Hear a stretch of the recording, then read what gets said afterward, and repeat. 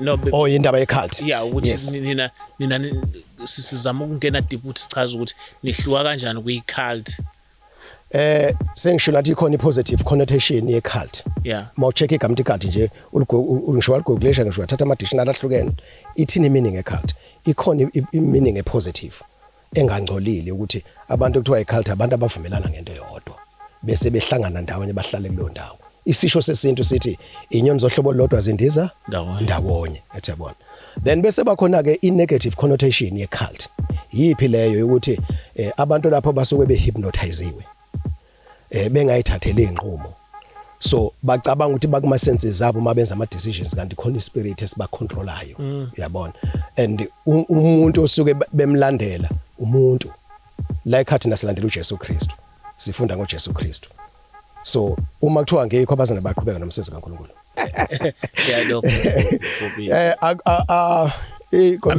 I'm trying to open up about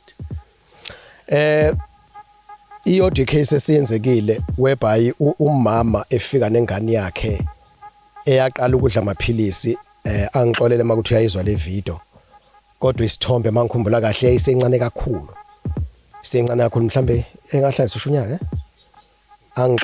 angixolele impela ngiyaxolisa kakhulu kodwa ibisina 12 years 4 years ine diabetic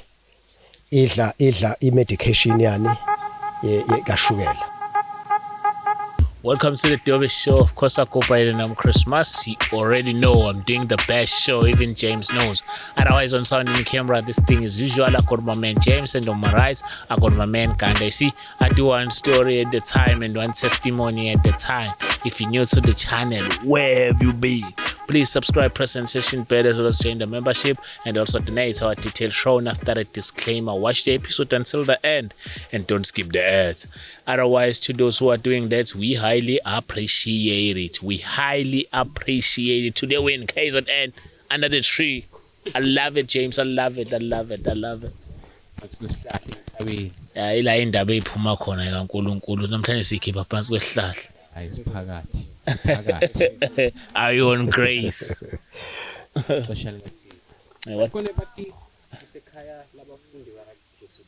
Amen.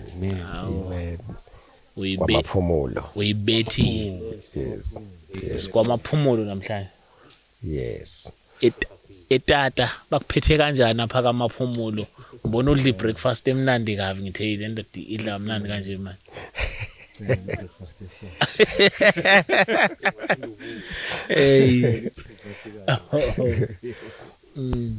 Maqeda ukudla ujabule wadla breakfast. Maqeda ujabule nje uzwe nana indlela abasimukele ngayo bacula kwabamnandi ayiwe siyabonga kakhulu babusuya. Hallelujah. Siyabonga. Angeke sekuvuka lento manje ukuthi yazi ngomntwana kaNkulunkulu vele yabo so babusibiya siyakubingelela siyakwamukela eshowini siyabonga kakhulu ukuthi usinike lethuba sikhulume nawe kone kakhulu sekuvelile ngalindawo kuthiwa kusekhaya labafundi sizongena kukho konke sikhulume kahle ngakho but I think it's fair ukuthi uqala ubingelela ababukeli usibuyele nakwe background yakho ukuthi before ujoina before ungena kwi-Christianity umuntu onjani then singene la usuyi-Christian khona then bese singena kuwe kusuku le ndawo ukuthi nanezinto ezenzakala khona so ake siqale nje ubingelela ababukeli. Ngiyabonga bhuti Chris ngiyabingelela ababukeli bonke beChris Network egameni elihle lenkosi uJesu siyajabula kakhulu ukuba phakathi kwenu noma nina nibe phakathi kwethu la eKhala abafundi. Siyabonga kakhulu. Sibonga ukuhlonishwa nje ukuthi ke nisihloniphe nithathe isikhathi senu nibe nathi. Kuyinto enkulu kakhulu kusho okukhulu kakhulu ukufika kwenu kuleli ekhaya. Siyabonga kakhulu uNkulunkulu asibusisele nina. No siyabonga kakhulu noma kube nje indlela ende ukuthi sizifile akuyahanja indawo eseceleni kakhulu bayakhala abaningi bathi indawo eokhwadi kakhulu kodwa nje siyambonga uNkulunkulu thina nje sibona sihanjelwe izulu kakhulu ukuthi sitholele lithuba kwiChris Network siyajabula kakhulu ukuthi sibe ingxenye nababukeli bonke egameni lenkosi. Asivele singene kuyo baba uSibiya ukuthi wasubiya ubani uphumaphi and yiphi impilo kade iphila before iChristianity. Siyabonga kakhulu baba. Igama lami nginguVusi Muzi wakwaSibiya. Manje sengubaba. Ngokomsebenzi kaNkuluNkulu ngimessenger, ngishadelwe nginonkosikazi nabantwana abawu8. I-firstborn ka1994 June, i-lastborn ka 2016 November. Amantombazana awu7 insizwe iyodwa.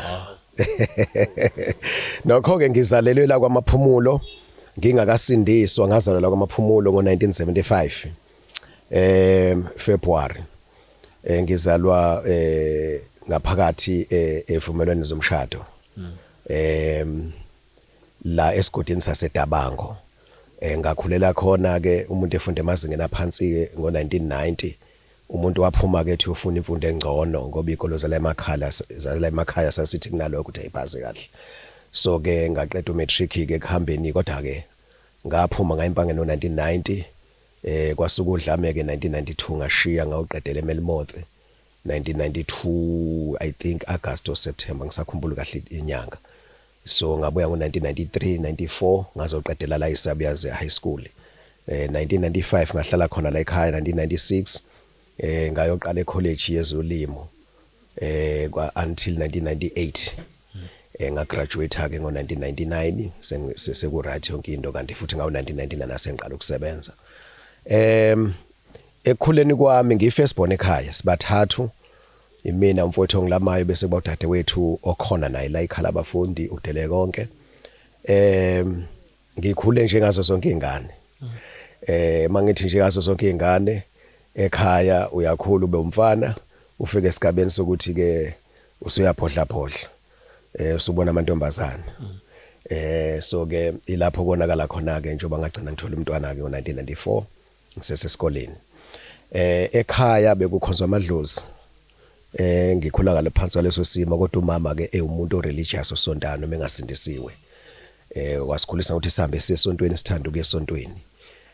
Personally mina ngumuntu bengumuntu olungile, angisho kanjalo ungakasindiswa. Ngokwemvelo nje angikuthanda umsindo, angikuthanda ukulwa. Angikuthanda ukuxabana. Angikuthanda ukusukela umuntu, kodwa futhi angikuthanda ukusukelwa. So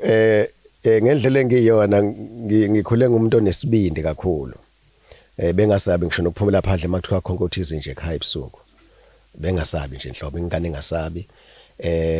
Ngumuntu othandayo ukuthi ngenza into right nje, nakumele iqiniso. Angithandi ukuthi kube namanga. Ngithanda ngazathi yonke into esenzayo nje ngaba iqiniso nje bemsulwa. Ngikhule kanjalo. Kangukuthi nje ma abantu sebeqala bechwensana lokho kuthiwa ukujovana, sakhula kune language kanjalo. Angase kubiza kuthiwa yini manje? Ukujovana. Ukwarana, yes. So bengathandi, bengizwela ma umuntu ejova omunye kazathi ngathi yimi ngiphoxa umuntu yabona. So kodwa amahlekwa nje namahlaya futhi angabe mahlaya ahlambalazayo. Bengumuntu onjalo nje, uthanda ukuhleka. Kakhulu ngumuntu othanda ukuthula.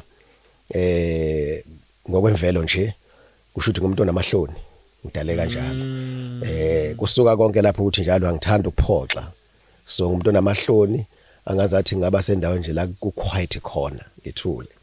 Umuntu othandayo ukurizina, ukucabanga. Yabona ngangumuntu ngiyazazi, ngangumuntu ocabanga ngisafunda eprimary, ngiyayikhumbula ngicabanga izinto ezinkulu ukuthi ngiyafisa ukuthi ngifike lesigaba nalesi. Umuntu othandayo ukuyiplan into, ibe nesikhathi.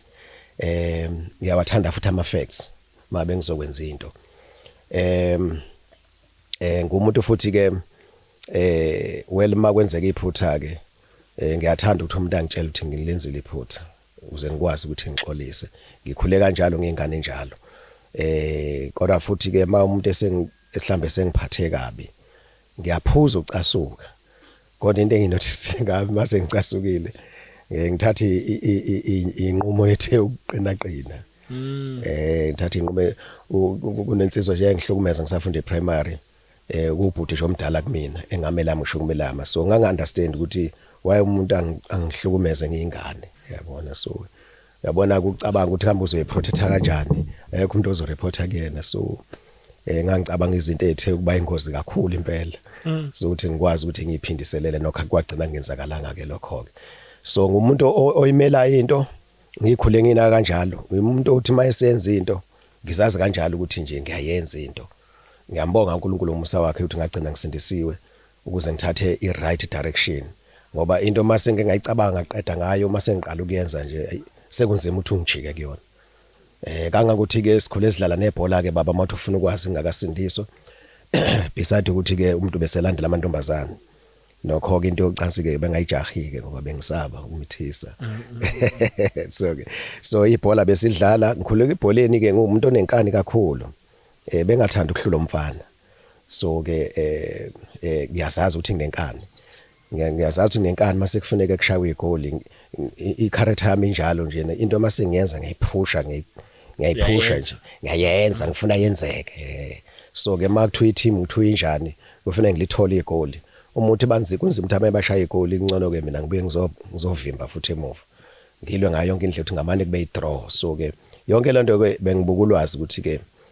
njengomuntu okhulelela emakhaya even i-team njengoba umama besisesontweni i-team ibengahambi ngekho ebona ebholeni bazi ukuthi kuzoba nesikhala esikhulu ngamane bangilinda manje igame iqale lethi ngabo 4 so kufuneka ngibe khona so ngikhule kanjalo ke ngizazi ukuthi ngumuntu kanjalo yeah uqala nginene ukungena ke manje ube ne-interest kwi-Christianity ngingakafiki kwi-Christianity into eyathi sengikhulakhulileke manje sengise high school into engangenaka ngangathanda ukuthi nakhona ngisese primary ngangathanda ukuthi ngiqale ebholeni ngingakayisontweni so ke ilokho kwakwenza ukuthi bangilinde umama lento wayigcizelela ukuthi kufanele sesontweni kodwa akagcina kuyimini engithatha isinqumo sokuthi angikwazi ukuya groundini kufanele ngiqale esontweni iqala so ngamane kume konke okunye mase ngiqedwe isonto ke then kusengenza umsebenzi wasekhaya bese ngiqala ngegroundini ke ngaqala ngayinothisa ke lapho ke sengise high school kune voice yakhuluma kimi yaba strange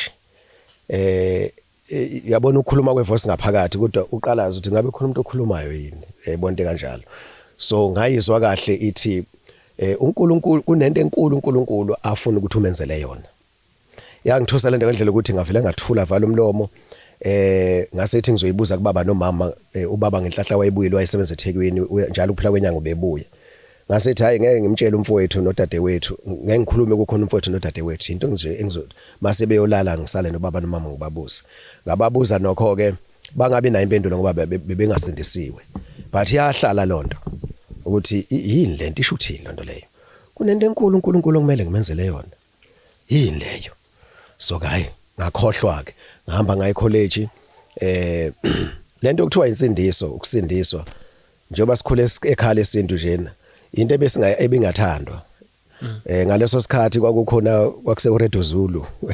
akazi abantu abazini lokhu uthi ukhozi so kwakunobaba uHawumbatha so bese kuba lezi inkonzo lezi zamatende kushunyelwa kuthiwa abasindisiwe yabona khala insimbi sasayifunda into leyo nami ngomuya abantu ababebahlambalaza abathuka abantu abasindisiwe angena umuntu ohlambalazayo kodwa makhulunywa nje kuthiwa yabheda lezi zinto zensindiso ufuna isihloza namadlozi nami ngangiba ingxenye yes so uma ngabe sengise college ke ngihamba neBhayibheli ke njengomuntu othi uyasonda phela kodwa into enganginothisa ngangena interest ukufunda so kanti ecollege ngizohlangana nabantu abasindisiwe first time in my life ukuthi ngibe kwi-environment la kunabantu abasindisiwe khona ngisonte nabo ngicela ukusindisa ulimi lokusonta nje kamanje ngisonte nabo ayike kunosese washumayela lapha nakhona kumuntu wafe wajola ke college so kunosese washumayela angimnaka ngesikhathi esashumayela kanti into ayishumayelayo iyanamathele emoyeni wami ithi into ukulunga kwemvelo kufana nededwe ebolile ukulunga kwemvelo kufaniswa nededwe ebolile uma ungenayo uJesu Kristu empilweni yakho awunawo amandla okunqoba uSathane uba isigqila sika Sathane uSathane wenza into ayithandayo kuwe ngisho ukuthi uyafuna ukuye kusona ukwazi useka uJesu engekho lawo mazwi lawo anamathela kimi nganganaka indaba yonakala ke ngingane ke futhi ngicela ukusho lokhu ngakasindiswa ngingane ekhule ihlupha ngokugula ukugula nje ngikhule ngingane ihlupha ukugula njengoba ngidlala ibhola nje ngiyobuya sengixhuga ebholeni inyawo sezibhlungu but angazi nziwa yini well ke ekhaya nje bathi besenza isintu nje baye kohlola nala esasonta khona echibini kunabantu abaprofeti bakhona bathi ukuhlahluba ke khona ilanguage abayisebenzisayo basho bathi abadala abanjani yabo lento uthiwa abadala abaphe kwakho njengoba ngefirst born nje ababomalume bahlephe kwami basekhaya kanjalo so izinto ebengakholelwa kezona nengayithandi ke futhi yes izinto besisetshenziswe ekhaya kodwa into ebengayithandi kanti besingajulile kangaka izinto ekhaya futhi ubaba nje bekuyindoda yesintu kodwa nje bengaxhelile ehlabeni behlaba ngoba nje yabona so ke right njengoba ngikhule ngigula nje ngabanjwa ukugula kakhulu ngo1997 sengabaza abantu abasindisiwe ngahlabeka ngawo 97 ngangabothi ngihlabekile ngathatha isinqumo sokuthi ngeke ngisindiswe kodwa ke ngiyasazi izono zami ezinkulu ezingihluphayo ukulunga kwemvelo kufanele into ebolile vele ngisho ngafa molunga kwemvelo ngekuyezulwini so ngathatha isinqumo sokuthi ngifuna ukuphila nje abantu abasindisiwe because ngihlushwe lento yocansi ngaphandle komshado njengoba sijolela nje singabantu abasha angibhema ngiphusi kodwa nje isono sami leso nanokuthi ekhama kuhlatshiwe ngingxenye ke vele kanti vele futhi ngase ngiqalile sengithi njenge first born ekhaya kufanele ngiqale manje ngiyinake lento yokuthi uma kuhlatshwa kwenziwa kanjani ukuze ngikwazi ukukhuluma nami sekuthiwa sekwi game yami so ke kufanele ngazi ukuthi babizwa kanjani laba bantu ngase nginakho lokho njengoba sengishilo ela on ukuthi ngumuntu obethanda into emasenza ayenzisise so 1997 ngahlabeka ngasithi hayi kungcono ngiphile nje abantu abasindisiwe kodwa ngeke ngisindiswe so ngaleso sikhathi ke umama wengane wayekhona lengane le first born efika nje nasekhaya ivakasha so ke mangibuyileke ngibuye ecollege ngivakashile bese yangivakashela nje ngenjwayelo efika ekhaya kanti isinqumo sami sengisithathile sokuthi angeke ngisayo ucansini ngashadile because isona sami esikhulu leso so ngeke ngisayo ucansini ngashadile nalapha ecollege njengoba ngijola nje inhliziyo yami ibibhlungu manginjalo ngo5 ekseni ngibona abazali baphetha amaBhayibheli bayinkonzweni mina ngeshaweni ngiyogeza kade nginomuntu wesifazane ngizinyanye yabona ngibona ukuthi nje ngingcolile ngithi imnandi impilo laba bantu buka nje bayiphathela amaBhayibheli bayinkonzweni so kasithi hayi ingcono nami ngiphile nje ngabo njengoba sengishilo ke ela on ukuthi ngumuntu othi mayithatha isinqumo ngifuna ukusimela so ngafuna ukusibona ukuthi ngisimele leso sinqumo leso so ngafika ngamtshela kumama wengane athi ke hey ngiyaxolisa kakhulu ngeke ngisakwazi ukucansini nawe ngoba sishadile yakhala ingane yabantu kakhulu yabona ikhala ke vele sinayo lana ubusuku bonke so ke kushuthi ke ekhaleni kwayo ke ngagcina nginozweleke uzwelo lwami lwangibuyisela kulento bese ngiphalazile ukuthi ngeke ngisakwenza lokho ngenxa ukuthi angishadile ngakunyanya ke lokho ukuthi mina nginqumile kodwa ngahluleka ukumela isinqumo ngenkathi ngizicasukele kanjalo labuya futhi leliphimbo lathi umuntu ongena Jesu akanamandla okunqoba uSathane uba isiqela sika Sathane then likhuluma la ngaphakathi kimi right ukulunga kwemvelo kufana nededo ebolile kwangazathi liba fresh lishuyela manje kumina ngathi ngiyamdinga lo Jesu ngila ekhaya njalo angithi ivaliwe ikole 1997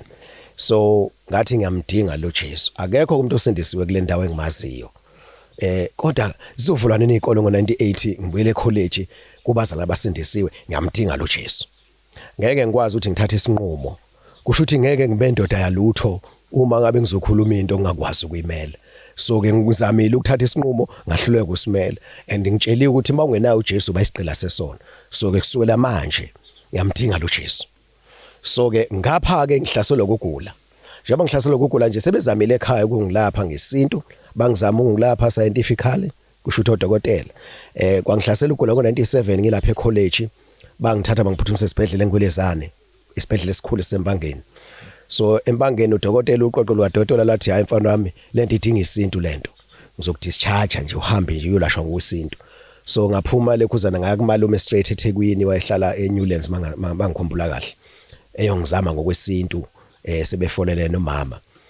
kwahluleka konke kwasho ugula kwasho ukuthi kuyangiqeda ngiyazibona ukuthi mangamnayo lo Jesu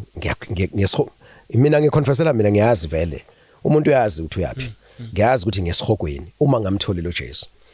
kwaphinda futhi kwakhuluma iphimbo lathi kimi kukhona ongakakuzami usuyizamile isinto wazama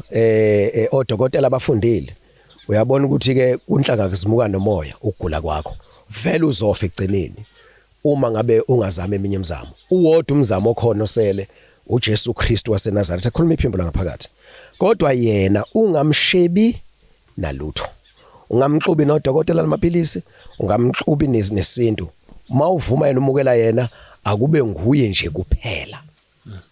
right lakhuluma kanjalo iphimbo kimi ngase ngithi vele ngiyamdinga lo Jesu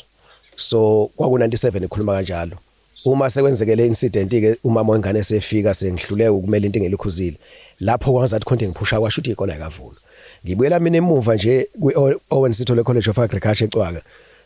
ayikho into engijahile manje aphandle ukuthi ngifuna ukwazi ukuthi uJesu umukelo kanjani I remember sengikhohlwe date kodwa kwaku February kuzoba ne-opening function opening service inkonzo yokuvula unyaka kwagcwala ihholo lithi kumenywa abafundisi abahlukene kumenywa umphakathi kwagcwala into engangifuna the day before ngakusasa kuzoba nenkonzo ngangibuza abantu abasindisiwe including intombi engase ngijola nayo lapha ecollege yona yasindiswa kuqala yayisonta e7 Days Adventist Church yasindiswa kuqala yona yasithi ke Vusi manje sengisindisiwe angezukwala ningayenzi lento bazalwane mama usindiswa nje uyahlukana nemsebenzi ubumnyama yathi ngeke ingale yona so kodwa into engeke sisayenza manje yini ucansi ngajabula ke mina ngoba vele into engasayifuni yabona so ke saqhubeka sajola kanjalo ke nawe ungayibuza futhi ngenze njani uma sengifuna ukusindiswa angitholanga impendulo ethi ncamo ngabuza abanye abazalwane uyedwa umzalwane owanginikeza impendulo ngikhumbula ngangisaphathaleli washi lelo kuthiwa yini umacwayiza lamakade kuthiwa umabhanyabhanya yes so kwaku 12:35 ebusuku ngisuka kulo sisi lo engichazela ukuthi mawusindiswa kufanele wenze njani ngahamba ngawulala ngijaha ukuthi kuse ukuthi kwashunywa lephizo ngaleso sikhathi ngangijaha ukuthi nje abayinikela kuJesu lafika lelo thuba ngasuka inhlamvu makuthiwa abanikela kuJesu ngaya phambili angiplananga ukuthi ngiyakhala but ngangikhala ngikhala ngivala amehlo ukuthandazwa ihholo ligcwele lithe ekhaleni kwami mase ngiqeda ukukhala sengivula amehlo eceleni kwami le ntombazane yasindiswa qala kade sijola nayo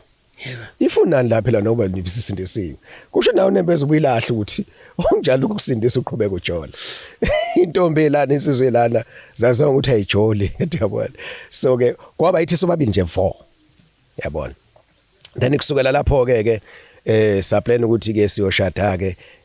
that is another story for another day ke akena lo ngagcina ngishade naye ke so ke ngagcina ngishade nomunye ngithi indaba ayiqalanga ngoNkulunkulu so saplan ukuthi basisindiswe sobabili siyogcina sishadile but uNkulunkulu wakuhlakaza ke so ngicela ukuyivala ke lelo page ke so kusho ukuthi ke yaqala lapho ke indaba yami ke khumbula ukuthi ngithe ngumuntu othinto mase yeqala ukuyenza ngiyafuna ukuyenza into ngasindiswa ke egameni kaJesu ngasithi yabona manje ngisindisiwe ke isiqalele ke inkinga kwikhaba ifuna insindiso ufuna ngimeleke le nto ke so ke nakanjani ngizoyimela yabona so ngiyakuthanda ukunquma into ngiyiqonda so kodwa ke manje ke angeke ngikwazi ukubaphendula akuphelanga insuku ezi10 mhlamba liphela ngisho iviki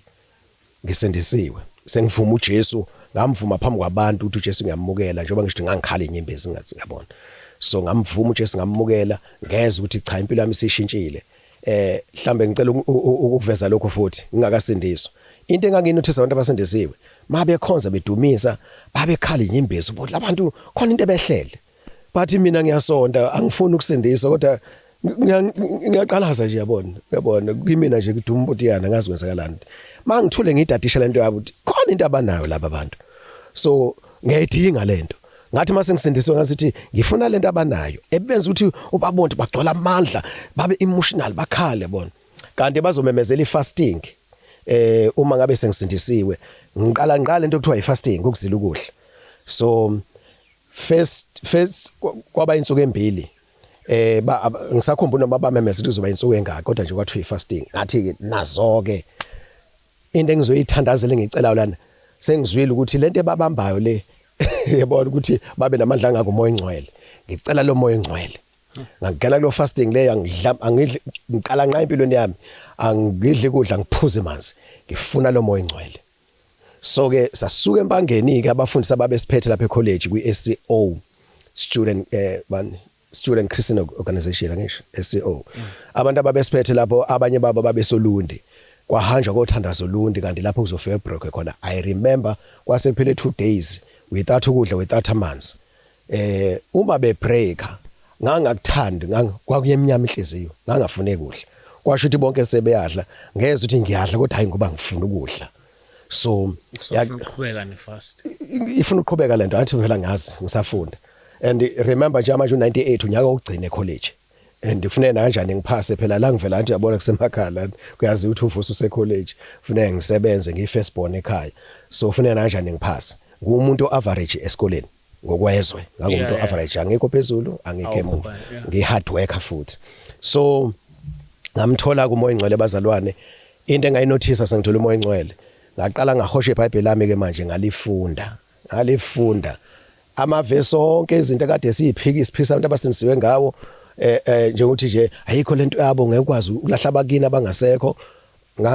umoya engcwele lo wayengifundisa nje amavesi imphendule ngalazi yabona onke amavesi abalekile yabona azokwazi ukuthi angenze ngibe nempendulo. So nganothisa kimi kwatshale kuthando ke manje lokuthi ngifakaze ngoJesu angithi ngithe ngumuntu oshayi ngumuntu onamahloni yabona ngokwemvelo ngathi noma nginamahloni kodwa ngeke ngize nginamahloni kuba ngimbonela uJesu enginikeza amandla sengiyakwazi ukuthi no to sex without marriage yabona. So khona into sengiyakwazi ukuthatha isinqumo ngisimele ngizobatshela abantu ngoJesu angikazi lutho ngendaba zokushumela nani. So laqala lapho ukuhamba lwami ke baba ke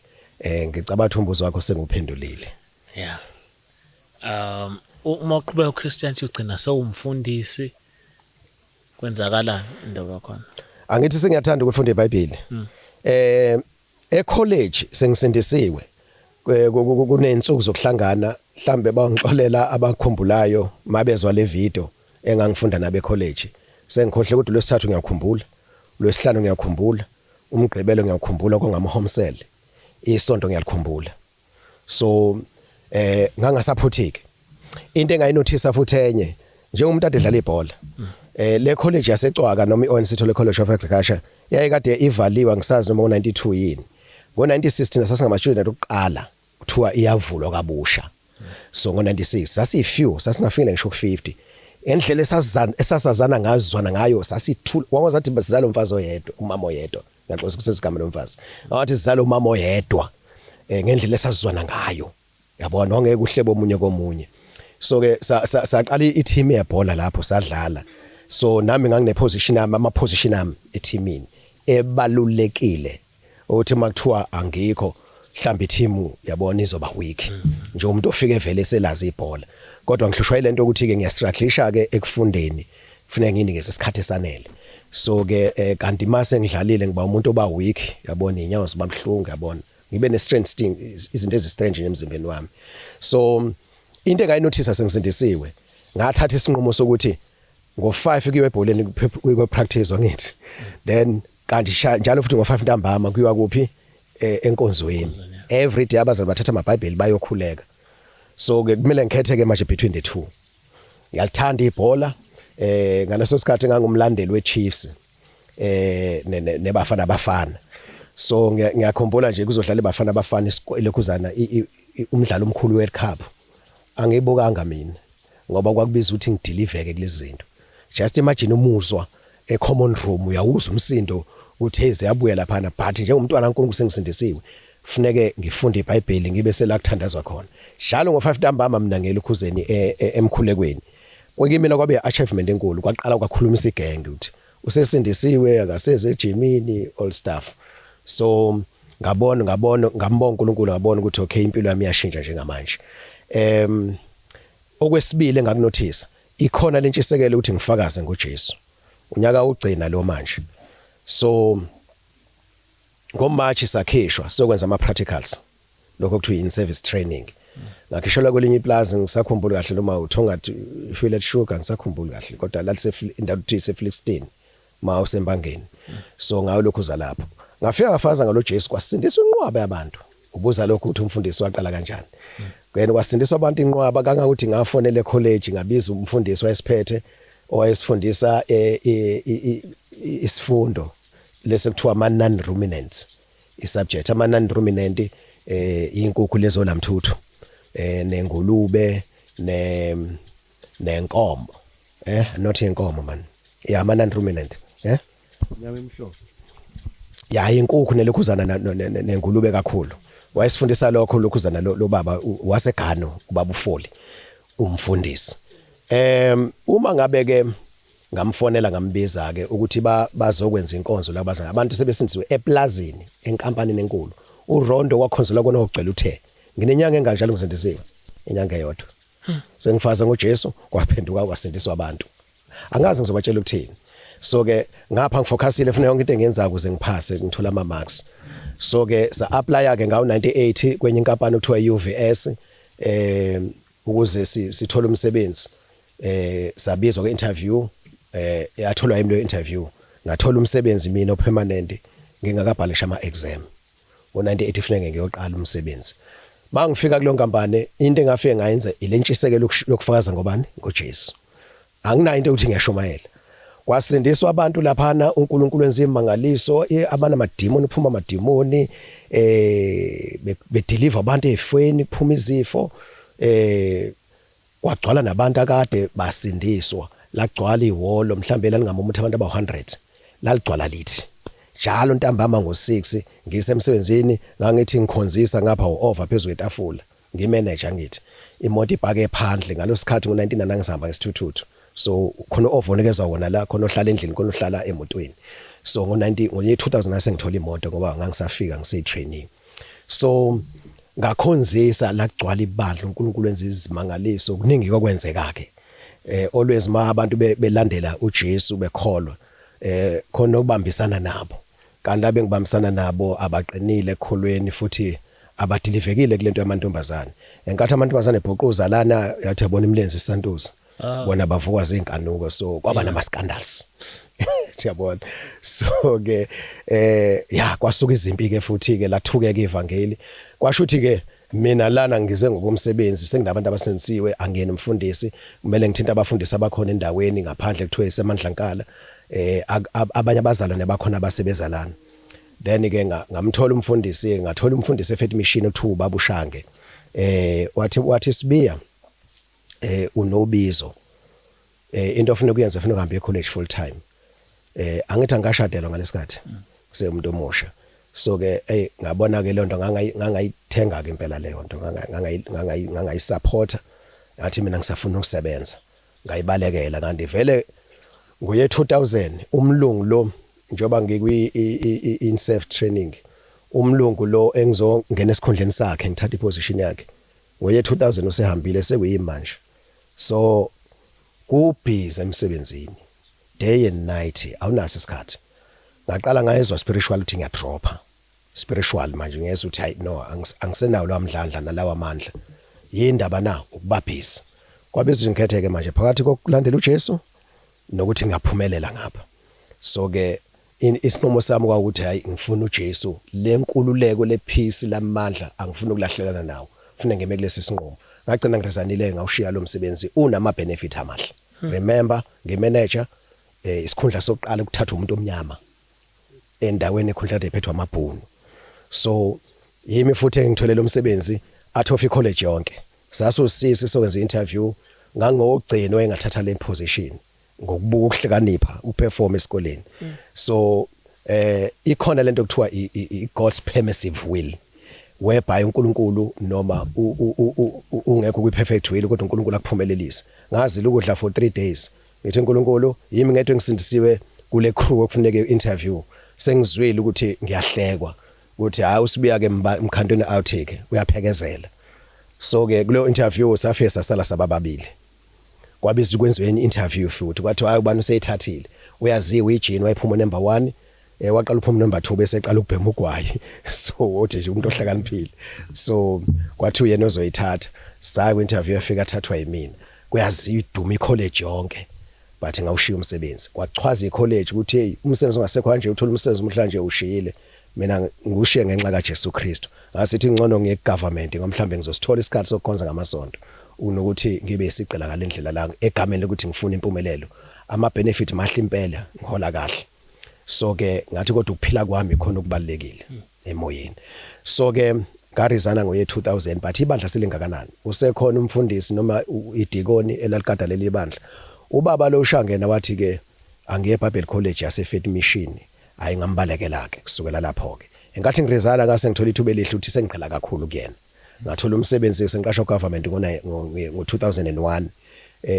enquthu so ke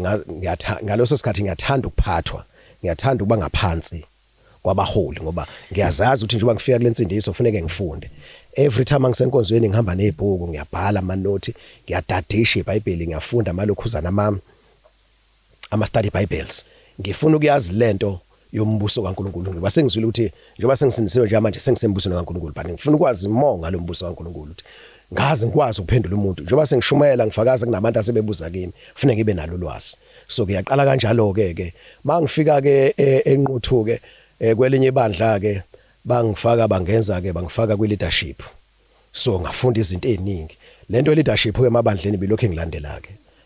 mhlambe banginikeza isikhundla esithile kodwa sizongiqamisa kanti ngapha ngimile njalo ukufakaza ngiyafakaza ngoJesu emsebenzini ngilimela ivangeli sengaziwa nje ukuthi umfundisi wemsebenzini makushoniwe samuhe mhlambe umsebenzi eshonelwe kufanele kuyoduduza njengabasebenzi yimi engangiphathiswa kakhulu enquthu nje igcinisa ingazi yonke uma bekunema function kucela uminister noma izikhulu zikahulumeni kufanele kuvele umkhuleko ukhona umfundisi wa-agriculture yalokho ivela kanjalo lonto leyo ke up until ngiqala manje ngithi no angenze what distance study ngifunde ngelokhuzana ngeposi yes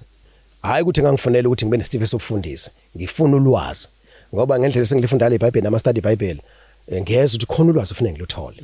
yes but mangithi ngiyalifuna engcokweni endala ngilutholi so ngiyakweqa ke babo okuningi ukuthi into yobufundisi ke bilokho hamba ivela ke nama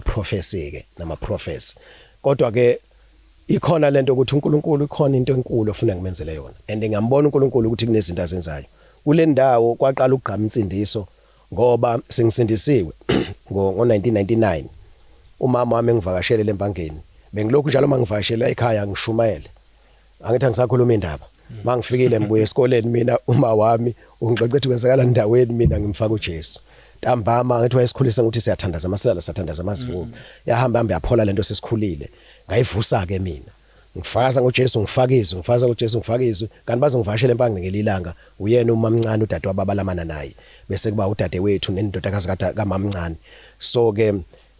ngafika nakhona futhi siyakhonza before silale uNkulunkulu ehlanga indlela emangalisayo kwashintsha iatmosphere bakhala badazuluko mama bamvuma uJesu khona lapho basindiswa umama uganile indoda yesintu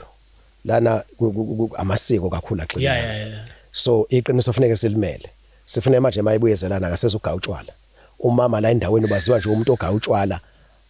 engaphusi kodwa utshwala bakhe bemnconywa abantu balabe bemncotha uMasibizo ugawutshwala obumnandi isandla zakhe simnandi funeka yeke ugawutshwala manje neke uhlala entweni zamadlozi ubani umfakele lana ile ndodana yakhe yaqala ke persecution ke manje ukuthi ke sengishintsha umndeni then udadewethu ke ngangibabothi bahlabekile udadewethu no dadewethu lo uzalo mamncane kodwa baqinisa ikhanda babekezela sasonta nabechibini babekezela baqinisa uNkulunkulu wayesethi asambe senkonzweni esikhawini kwakuzoba netende kushunyayelo ngiyathandaza ukuthi uNkulunkulu abahlule bafika sisindisa ke lapha netendeni ke ngisakhumbula kwakushumayelo ubaba uSikhaleni uBishop SB Sikhali ngiyacabanga ukuthi kwakushumela yena basindiswa ngajabula athi inkosi ngiyabonga then babuya ke manje kwaqala ibandla ke lana ke komalume kulapha phezulu nje ngalena nakhe ekhaya ngizela khona la makhelwane so ke babuya ke then yaqala ke insindiso kwakhonzo wakhe nathi besindisiwe becashile befihlile baqala bavela kwaqala kwanengane esindiswayo la endaweni senginelinye ibandla ke manje lana but angikho full time ngithi ngiyasebenza empangeni nginelinye ibandla nakhona angabi yena njalo umfundisi indaba yami ihamba ngokuthi nje ngiyafakaza ngoJesu so mangifaza ngoJesu yizwi likaNkuluNkulu engixela kulona umoya ngcwele wakhuluma phakathi kimi sengisebenza empangeni ngiyakhumbula impela ngase ngisempangeni khona lapha eUFS lenkampani ngisebenza kuyona sengiqala manje uba expose emabandla ahlukene sengiqala manje nokufunda ke ukuthi kanti khona namapolitiki ngaphathi emasontweni khona ibandla lithi ngcono nelinye esindisiwe yabona so ngaba nento ethi maye umuntu emile phambili eshumayela echaza amavesi ngiyithanda lento yabona so kwakhuluma iphimbo futhi ngaphathi kimi lathi ungazama ukubalingisa wena funda izwi bese uyalenza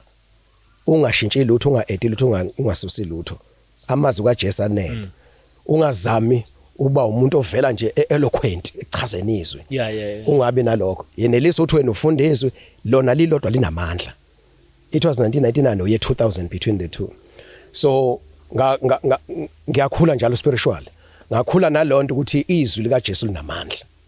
so sengiyaqala ngezwe nentshumayelo ukuthi uJesu uyabuya khona ekuthiwa irapture siumbuso waNkuluNkulu phoma nje masumbuso waNkuluNkulu ngingene ngementality ukuthi mina osindisiwe sasibabiza kanjalo ngakasindiswa sithi osindisiwe osindisiwe bayafana yonke indawo ungayaphi ufuna ukuthola umuntu osindisiwe into eyodwa ngoba sazi ukuthi abakhonza amadlozi but mase ngisindisiwe no akunjalo akunjalo wa kuhlukene lana so yini lehlukanisa abazali abasindisiwe phela ngazi ukuthi nje abakhonza amadlozi kanti iningi izinto ekhona uNkulunkulu akho engikhulisaka ukuthi bahlukana omunye uchaza leli verse omunye uchaza leli verse chaza leli verse sekune challenge ke manje uba ngaphakathi kimi kunento ukuthi kufanele sibe munye hayi ukuthi ngenxa ukuthi sasibabeza ukuthi osindisiwe uNkulunkulu usefaya phakathi kimi ukuthi masithi simbuso ufune sibe into eyodwa uma sithi silibandla likaKristu ufuneke sibe into eyodwa ngakhula nje ngenalonto spiritual enkosini so ke manje ke whatever engiyenzayo nama studies engiwenzayo noma intshumayelo engilalelayo ufuneke ngibe nento nje ukuthi ekugcineni ufuneke ngibone iunity of the church abantu abamunye so asikwazi ukuhlukana kubuya lento ukuthi mina ngakasindiswa sasimaqembu abasechebini abasezayoni abasamaromeni abakwashembe ngangayithandi lonto hayi sengifike embusweni kaNkuluNkulu ke manje ke sengifike kubantu abazoba munye hawu kuthi nama division angaka kanti kimina ke kwaba yi challenge it's like into ithi kimi nanko kumsebenzi wakho ke lwela ukuthi kuphele le division ngaba wenza ngalutho embusweni kaNkuluNkulu le division ingaphelile yes so ufanele uthole ukuthi yini ehlukanisa abazalwana abasindisiwe so egcineni yini ezobenza ukuthi babe munye so ke ukufunda kwami ke ngifunda iBhayibheli ngilalela intshumayelo ngiyalalelisisa kunezinto eziningi uNkulunkulu azambuleka abazali abaningi abahlukene ukuba ngilalelanga yabona ukuthi umuntu mayekhuluma noma efakaza ngingalaleli attentively khona into uNkulunkulu abengekaza yambule every time ngilalela attentively uNkulunkulu uzombula into ethile so ngenkathi embula uNkulunkulu ngibhala phansi ngigcine sengibhala incwadi ngenxa lokho mase ngiqoqa zonke izinto uNkulunkulu ade lokho ezambula kanguthi umzalwane uNkulunkulu akakhuluma ngomzalwane mase ngimsherela ukuthi isikhathi ukhuluma umzalwane ukwambule ukuthi uthotheni udideka phela sisengagcina sengifunda ukuthi isambulo lese besinikezwa mina so ke indaba uhambo lwami lohamba kanjalo ke baba ke ekholweni ke sigcina kanjani ke sesithola usunakho ke manje so ucabanga indaba ukuthi uvule ikhaya labafundi okay ngiyabonga kakhulu baba ngingakavuleki ikhaya labafundi ke senginalo kulwazi ke mhlambe ngabo bani ngabo 2007 2008 ngisazi 2007 lapho engeza khona iBible study kuthiwa khona icollege lana engangifunda kuyona ngePosi kuthiwa Invisible Bible College ngaphansi kubabunyinde mangaphosese ngikhohliwe Nkosi abangixolela abazozwa le video but into engayithola lapha baqalisa ama basics lokho esengikwazi mina sengikushumayelile futhi uNkulunkulu asengisiza ukuthi ngiphile I need something deeper so ngaqala ke manje ke uNkulunkulu esembula izinto eziningi ukuthi ibandla lingcoliswa yini senginolwazi nginama facts izinto eziphathekayo so ngaqala ke manje ukuthi ke mangishare enkonzweni ebandleni engangikhoza kulona Faith Mission ngayibalela Faith Mission ebangeni kanti ngo2006 ngizobuyela kuyona kodwa sengise Dandi so ke ngenxa isikhathi ke ngeke ngisho ukuthi ngafika kanjani khona so kodwa ngangizama ukubalekela lento yobufundisi lento okuthiwa ubizo ngangizama ukuyibalekela uma ngisuka enquthu ebandleni engangikhonza kulona khona iskandalo esenzeka ngikwi leadership abantu enganginabo kwi leadership kwaphoqa ukuthi kuyiwe kwi top management yebandla lokuthiwa ubani upresident kwabiza ukuthi kuye kuyena but uNkulunkulu ngisiza ngaleli verse elithi uDavide nakuba wayegcotshwe uNkulunkulu kodwa wayengaze amvukela uSawuli inkosi yakwaIsrayeli always wayemhlonipha ukuthi uyinceka kaNkulunkulu so lelo verse uNkulunkulu walambula kimi lanamathela kimi ukuthi awuyivukeli inceka kaNkulunkulu no matter what so kwabiza ukuthi kanti vele kunezimo bese zingiphusha ukuthi ngiyafisa manje ukuphuma kuleli bandla kodwa nginasi isizathu makuvela lesi skandali ngathi ke mina ngikwazi ukuthi ngiyoma ngenceka kaNkulunkulu kubaphathi bayo ngingaphansi kungcono ngiresign ebandleni kanti vele sengithole nomusa engithenga umusa eDandi vele fanele ngisuke manje ngimuve from enquthu ngiyohlala eDandi ngoba izizathu ezinhleke ephathekayo ukuthi ngiphume kuleli bandla ngoba angifuni ukuthi ngikhulume indaba zebandla yabona so ke ngenxa yento eyenzekile ngikholelwa ukuthi akekho umuntu enale phutha uma ngabe lokho kuyiqiniso akusikhona okwami ukuthi ngihambe ngathutha kuyiqiniso makusilona iqiniso ngoba ngikwazi ukufakaza imithetho kaNkulunkulu ethi ungafakaza amanga ngomakhelwane wakho so angikwazi ukuthi ngiyoma ngikhuluma udaba lwenceko kanti uNkulunkulu odila nenceko so mina mangaphansi kwayo angikwazi ukudila nenceko so ke ngarizana ngenxa leso sizathu vele kwakunjalo though ngangifuna ukuhamba ngarizana ngenxa lokuthi angikwazi ukukhuluma indaba enkulu ngomholi wami ngaphuma kanjalo ke sengihlupheke kakhulu ngalento yani yokuprofethwa nobizo yabona bengifake ekhundleni uma ngabe sengedandi 2006 unkosikazi wayenomntwana omncane ngithi wena 1 week or 2 weeks ingane esithathu ngasethi inkosikazi kungcono ngithosithola ibandla esokhonza kulona singabi nasikhundla singabi nalutho ngathola elinye ibandla lamakhaladi elikholwayo khona lapha nendawo ngithiwa isePeaceville kodwa la likhonzele eForestdale indawo yamakhaladi ngahamba ngaya khona ngathi ngizozidisguise ngeke ngibingelele endlela sibingelela ngayo nje abazalwane uthi alibonge igama lika Jesu so ngizoba umuntu nje ngingaqoqa ngalosikhathi ngisakhulela ukugqoka formal ngizove ngikhiphe ishirt ngaphandle ngidisguise nje so hayi mase bethabe size sobingelela ngenza kanjalo ngabuye ngayihlalela phansi the following Sunday kanjalo futhi kwavele kwasuka umama wekhalati okhuluma isiZulu wathi ke baba uSibiya wena la akufanele ube lana uyinceka kaNkulunkulu uyinkunzi esibayeni senye inkunzi ninkunzi embili manje esibayeni esodwa kuzoxabana izoxabana likhona ibandla elidinga umelusi elokushini eDandi khona ilokushini laseDandi okuthiwa ilokhuzana kuthiwa nami inkosi yami isibongile so kunabazalwane abakhona lapho so ke ngizokuhamba ngi-introduce khona abanayo umfundisi bayayikhonzela nje umuntu akade active act eposition yamfundisi engene umfundisi usehambile but we akangazi lo mama ngabuya ngaxoxela inkosikazi ngangahambile naye ukuthi wayesenomntwana omncane ngathi inkosikazi ngithe ngizama ukuyifihla buka ke manje into eyenzakalayo angisafihleki kwashona kwamakhelwane kulomuzi esinawo la lekhuzeni kwakwindawo exubile amakhaladi namandiya nabantu le ndawo esihlala kuyona kwashona lana kwamakhelwane njengomakhelwane kufanele phela si-attend umncwabo siyafika la asiqede nishinyanga ngithi okay bavele bakhetha mina bathi sicela ubaba uSibiya uzokhulumela umakhelwane umazi lapha umakhelwane ngoba ngiyifikele into eyenzeka ngasithi ayi ngizoyidisguise ngeke ngihlabelele ngeke ngishare izwi ngeke ngikhulume ngiphathe igama lika Jesu ngizofike nje ngibingelele bese ngiyaduduza phela ngihlale phansi ngazi ngakuplana lokho ngazi gada futhi ukuthi ngizokwenza khona enkathi ngimphambili ngisigadile ngiyazilalela isikhathi ngikhuluma guess what makuphuma inkonzo abantu babesheka bexhawula bengixhawula bathi siyabonga nceke inkosi inkonzo ibi down inkonzo bekumngcwabo ngempela bathi undele nje wakhuluma wayishintsha inkonzo seza kukhuluma abantu abasuka eGoli eJoburg nabanye abasendaweni khona lapha ngathi ngoba ngizilalelile nje isikhathi ngikhuluma ukuthi angithinta indaba kaJesu angithinta indaba ukuthi ngisindisiwe kwenzakaleni elangabona khona ukuthi into kaNkulunkulu ayifihleki wena ungathula wena but umile uNkulunkulu vela ayiveze yena so right ngase ngithi kulungileke lo mama ngiyabona indlela akhuluma ngayo ngiyabona uNkulunkulu ukhuluma sengithe ukukhula kancane enkosini ngiyabona uNkulunkulu ukhuluma ngalo mama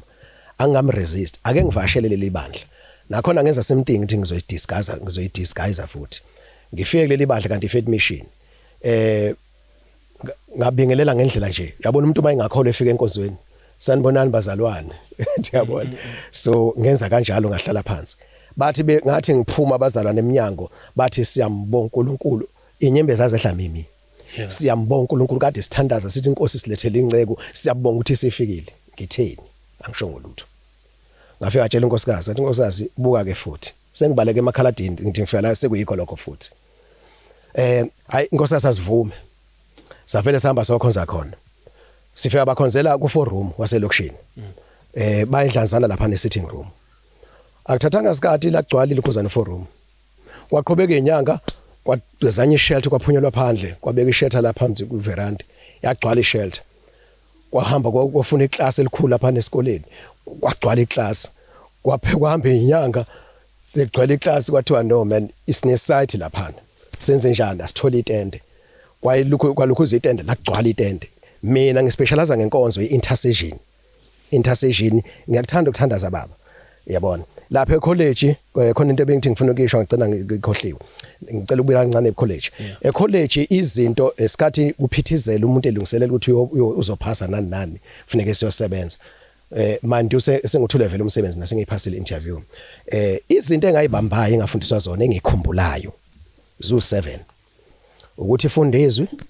udlinze ngalo ushare ngalo ufakaze ngoJesu uthandaze ngekhathi zonke uzile ukudla wenze show ukuthi uhlakana nabazali abagcwaliswe ngomoya enikhulumela ngoJehova bese ungamdabukisa umoya ongcwele zo7 kodwa manje sezu80 uNkulunkulu mayingikhulisa right nazi izinto engikhumbulayo ngathi umfundisi uFoli ubaba uFoli lona wasilokhuza wazisho lokho kuthiwa yini counseling mabe umuntu esanda kusindiswa ngabamba zona nganamathele eBhayibhelini lami ngidlinza ngalo yes ngiyafuna ukuphumelela njengomuntu osemusha kodwa nje into eBhayibheli into engihlala kuyo ukuthandaza into engihlala kuyo uzela ukudla into engihlala kuyo alipheli iviki engazeleli ukudla so ke ukhula kwami kwaba lapho nokuthi ngambulele uNkulunkulu kakhulu sengibele emuva ke futhi manje Faith Mission ke so kuyakhonza emasontweni angithi emabandleni so ngabothi into intercession yaleka kanti mina iyonto a strength game so ngacela kubaphathi ukuthi ngicela ukuthi inkonzo mayiqala ngo10 ngicela ukuthi mina ngo9 kube nenkonzo intercession and obviously izolidwa yimina leyo nkonzo uNkulunkulu wayesindisa abantu ephilisa abantu ngokufunda nje izwi sithandaza egameni kaJesu ngangabeka izandla sithandaza yilena ke inkonzo yenza ukuthi abazalwane baqale bamema abantu uma ufika la enkonzweni ofikela nje inkonzo eholo baba usibuya intercession bagcwala abantu bathi nabafika babuya endaweni ezahlukene masebebile emsebenzini baqale la before bahambe so uNkulunkulu wayeseqala ke sekhuluma kimi ngaphakathi ukuthi ke uyabona indlela abagcwele ngayo manje mabezalana sebezela imangaliso izinto ezenzeka kubo ngenxa yale nkonzo kodwa wena ngikubizele lokho angikubizele njengalabafundisi ukuthi kuthiwa kuyagcwala imembership eningi ngifuna ibandla elilungile wakhuluma uNkulunkulu ukuthi wabutha amasonto mangakanani abantu bambafile spiritually and ngaleso sikhathi nathi silungiselela lapha eFaith Mission ngikhethe ukuthi ngibe uchairperson ukuthi ngakhindle esonto yahamba into yasebezama iminyaka yaphumelela njengoba ngikhuluma nawe nje kukhonzelwa kuyona so yaphumela leso sikhathi wathi uNkulunkulu ke angekudingi kulezi zinto ibandla lami abantu bambafile ngidinga ukuthi ulungiswe ibandla wena ngikudinga ukuthi ulungise abantu spiritually abantu bayithempeli lami ngifuna ithempeli lami ngizohlala kulo uNkulunkulu washo kanjalo waqala wambula izinto ke nje ukuthi nje ngathi ngidrive khona lapha ngisuke elokushini ngedolobheni ngilandele iambulance uNkulunkulu wavela wavula amehlo wangikhombisa iemblem yenyoka wathi izinto ezibabulale lebuka bathola ukuphila ngaphansi kwenyoka inyoka ibusa iDepartment of Health so ngifuna ibandla lami ingcweswe lezi zinto ngifuna abathembe mina ngedwa right kwaqala ke disappointment ke manje sefanele ngiphume kuba uchairperson wani webuilding ebandleni then imotive akuseyona ukuthi manje siyakhonza la uma ngabe kwi-intercession abantu sebeyafakaza ukuthi sithola nemsebenzi abafuna imisebenzi ngeza la inkonzweni intercession holo baba sibe kwenze ukuthi nokuthi athi uNkulunkulu ke stop so mase ngiqala sengisho ukuthi uNkulunkulu ufuna kulunga ibandla yiziphi izinto engcolisa ibandla lwancipha ke futhi uthando ke sengeza kulokho ukuthi iqala nini ukuthi kube nekhala abafundi 2009 awudayisa umuzi lapha nedolobheni ngizothi idolopha lezindle seduze kwedolopha uhamba ngenyawo ufika edolobheni yes ngawudayisa lo muzi lowo sengifuna manje indawo la enje emakhaya ngancama ngayitholi ngaze ngathola enye indlu engaphandle kwedolopha kodwa yomlungu ngayithenga kumlungu double story kodwa ingaphansi kwamaplaza so esinye story ke lapho ke kanti uNkulunkulu uyangideliver ngoba mina ngase ngifuna uqala amabhizinisi uthi ngiyibonile imali mangidayisa lo muzi uthi khona imali kwiproperty so ina business engizoyiphilisa ngayo leni so ngaphuma ke Faith Mission ke eDandi ngenxa ukuthi sengikhuluma izinto manje ezingathandeki njengokuthi manje uNkulunkulu uthi asiphume kwi-world system so I understand kulento ayithandeki abantu ade bengithanda kakhulu bebaningi lwehla uthando so ngathola ithuba ukuthi mina ngiphumeke I hate ukuthi mangiphume ebandleni kube nabazana abangilandelayo angikuthandi lokho kakhulu enhliziyo yami yonke ngithanda ukuyiphumela nomndeni wami so ngaphuma nonkosikazi ke ngabhala incwadi ngaxolisa ngaresign nje kahle ngosemthethweni ngaleso sikhathi ngase ngiqalile sengifundela ubufundisi base Faith Mission ngoba Faith Mission kune college yakho ofundela kuyona vele base becela ukuthi ngibe umfundisi wakhona kunezimpi ezazizikhona ke ngicela ungangeni ke kuzona ke kulokho ukuthi ngizoba umfundisi kwahlala ikomiti elikhulu abafundisi sifunda elokhuzeni ukuthiwa yini region nga interview ngaphasa then ngakwazi ukuregister Auckland Park Seminar Bible Seminar so ngafunda khona ngaze ngiphasa neyo subject mina ngaze ngifele neyo subject ngangiphasa ngenza degree khona sengiqeda unyaka 1.5 okufanele ngenza 3 years wakhuluma uNkulunkulu athi ke kuze kube nini ukuthi ke upostpone yabona ufuna ukuthi kuze kwenzeke into ebhlungu yini kuwe nakulomndeni wakho othandayo sengibonile ingceko zifakaza zithi uNkulunkulu uyashayana yabona manje seshana uNkulunkulu inkathi ufelwa nkosikazi wakho omthandayo ufelwa ingane yakho oyithandayo ngangafuni ukuthi kufike lapho ke so ke uNkulunkulu wayesembula kimi ngise eBible College ukuthi into efundwe eBible College akusiyona intando yami iBabylonian system ubona konakala ngake ebandleni ezinye zezathu zokonakala ebandleni uthi ibandla lingabi ithempeli lami elingcwele imfundiso abayithola eBible College phuma lana ngizokufundisa mina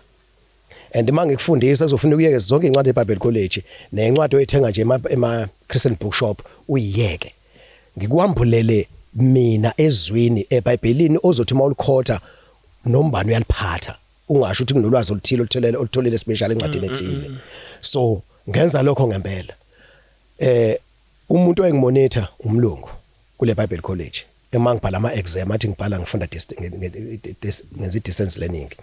so kwaphoxeka wonke umuntu mase ngidropa out lapha ngangayiqeda uNkulunkulu wathi ke emasontweni sekwashunyelwa ama sports emasontweni sekwashunyelwa ilokhuzana ukuthi abantu abathanda ukubuka indaba zezwe bafundiswa lokho abafundisi ukuthi yazi ukuthi ufuna ube updated ama celebrations amakhuzana ama birthdays so uNkulunkulu wamphula izinto eziningi wayesethi uNkulunkulu ke usubalekile kakhulu akekho umuntu oyomthola oyoba ngaphansi kwakhe kulento mina ngifuna ukwenzisa yona oyoba ngaphansi kwakhe understand vuma uthi ngisebenze ngawe ngayidaqhubeka futhi ngayidaza inkani baba ngafuna umfundisi legoli unebandla elikhulu une gift healing kwenza ama miracles so ilibandla lakhe egcwele ngafike ngayidisguise ngithatha omunye enyinceke esasazana nayo sisesenquthu yangimema sihamba sakhona yafika sizayala ngoba yayedikhola yawa uNkulunkulu asenza lo baba lo yavuka yayisi strong spiritual so yangimema nami awungathi ke ushentshweni baba egoli kokude sengizophathwa egoli ke manje kodwa ngisho ngaphakathi ngayitshela ngaxoxa nonkosikazi sihamba sakulelo bandla mangifika kulelo bandla wangilanda phakathi esixukweni engangazi nami ngayiqalazisa ngiyabotha ukhomba mina wathi wena nceke wena ogqoka ukuthi nokuthi oza la indawo yakho la phambili kubafundisi wathi ngizokunikeza umfundisi osuke escort uhambe uqala umsebenzi kaNkulunkulu bele emuva uyoshaya umsebenzi kaNkulunkulu ngizokuneza inceke uma udinga umvangeli ngizokunikeza ngiyamazi lo baba lo wase escort ngathi inkosi yase kungiphindile futhi this time around ke uNkulunkulu sembula lento yesystem ngase ngithi ke sengikhathele ukuphuma ngene emabandleni ngithi ngiyabaleka angisafi akufihleki so ke angihambe ngiyoqala umsebenzi kaNkulunkulu lokho kuthiwa yiministry so ke ngathandaza ke ngalight uNkulunkulu ngona ngakupha ngolele washbank washbank afike ngathola indawo khona ngayithenga uze mangirizana ngikhokhelele isi structure ngikwazi ukuthi ngizomsiza uNkulunkulu ngizohlala khona full time kube ikhala lami kube imission ngihleli khona ngiyasebenza umsebenzi wenkosi kube ngiphume uNkulunkulu wayesembula ukuthi ngimessenger ke funeke ngisize ibandla njengoba ngikhathazekile ukuthi lihlukene li divided funeke lihlangane ibandla lithola isifundisi esiphilileyo sombuso kaNkulunkulu so into yohlanganisa abazalwane ukuthi ba understand ukuthi uyini umbuso kaNkulunkulu bayini identity yabo so ke ngo2010 ngarizana ke emsebenzini ke ngaqala ngenza lo msebenzi ke wahlakazeka lo msebenzi nje ubona kuphithizela nje izimpi njengoba kugcwele kuma social media manje kwenzeka kanjalo nango 2011 sahlakazeka ke so ngase ngithi ngizoyithulela ke ngahamba ngakwenye indawo sesisuke eWashbank ke mangifika kwenye indawo kwasuka izimpi kwangiphoqa ukuthi ngibuyela ekhaya ke la ekhaya kusela ubaba umama usashona ngo2006 sela ubaba ongayifona insindiso ngisaphathi ke manje sengeke umsebenzi ke nengane ayisaya esikoleni ngenxa lento uNkulunkulu ayambulileyo wasuka izimpi ke futhi nakhona so ke ubaba washona ngo2015 singakweqo kuningi baba shona ubaba ngo2015 ngathi lento uNkulunkulu angambulele nungambulele and isekelwa yizwe every time uNkulunkulu ekhuluma into ethile kimi eyimbula umoya ngcwele ngolele ezwini elisupporta lokho so ke into uzuyishintshe kwamina ngikwazi ukuyiphisa sometimes ngithi nje umuntu ngifuna ukuyiphikisa ukuthi ayikho lento uyaphetha wena Vusi uyaphetha wena Sibiya yabona so ungenwe into yakho nje iyeke lento yakho ngifuna kwamina ukuthi ngidiscourage angikwazi because sisekelwa yizwe and njalo mangilifundizwe ngiba nepeace ngiyeza ukuthi lento ivela kuNkulunkulu so ngathi ngizohlala ngithulele uNkulunkulu adedela izimpi mangithule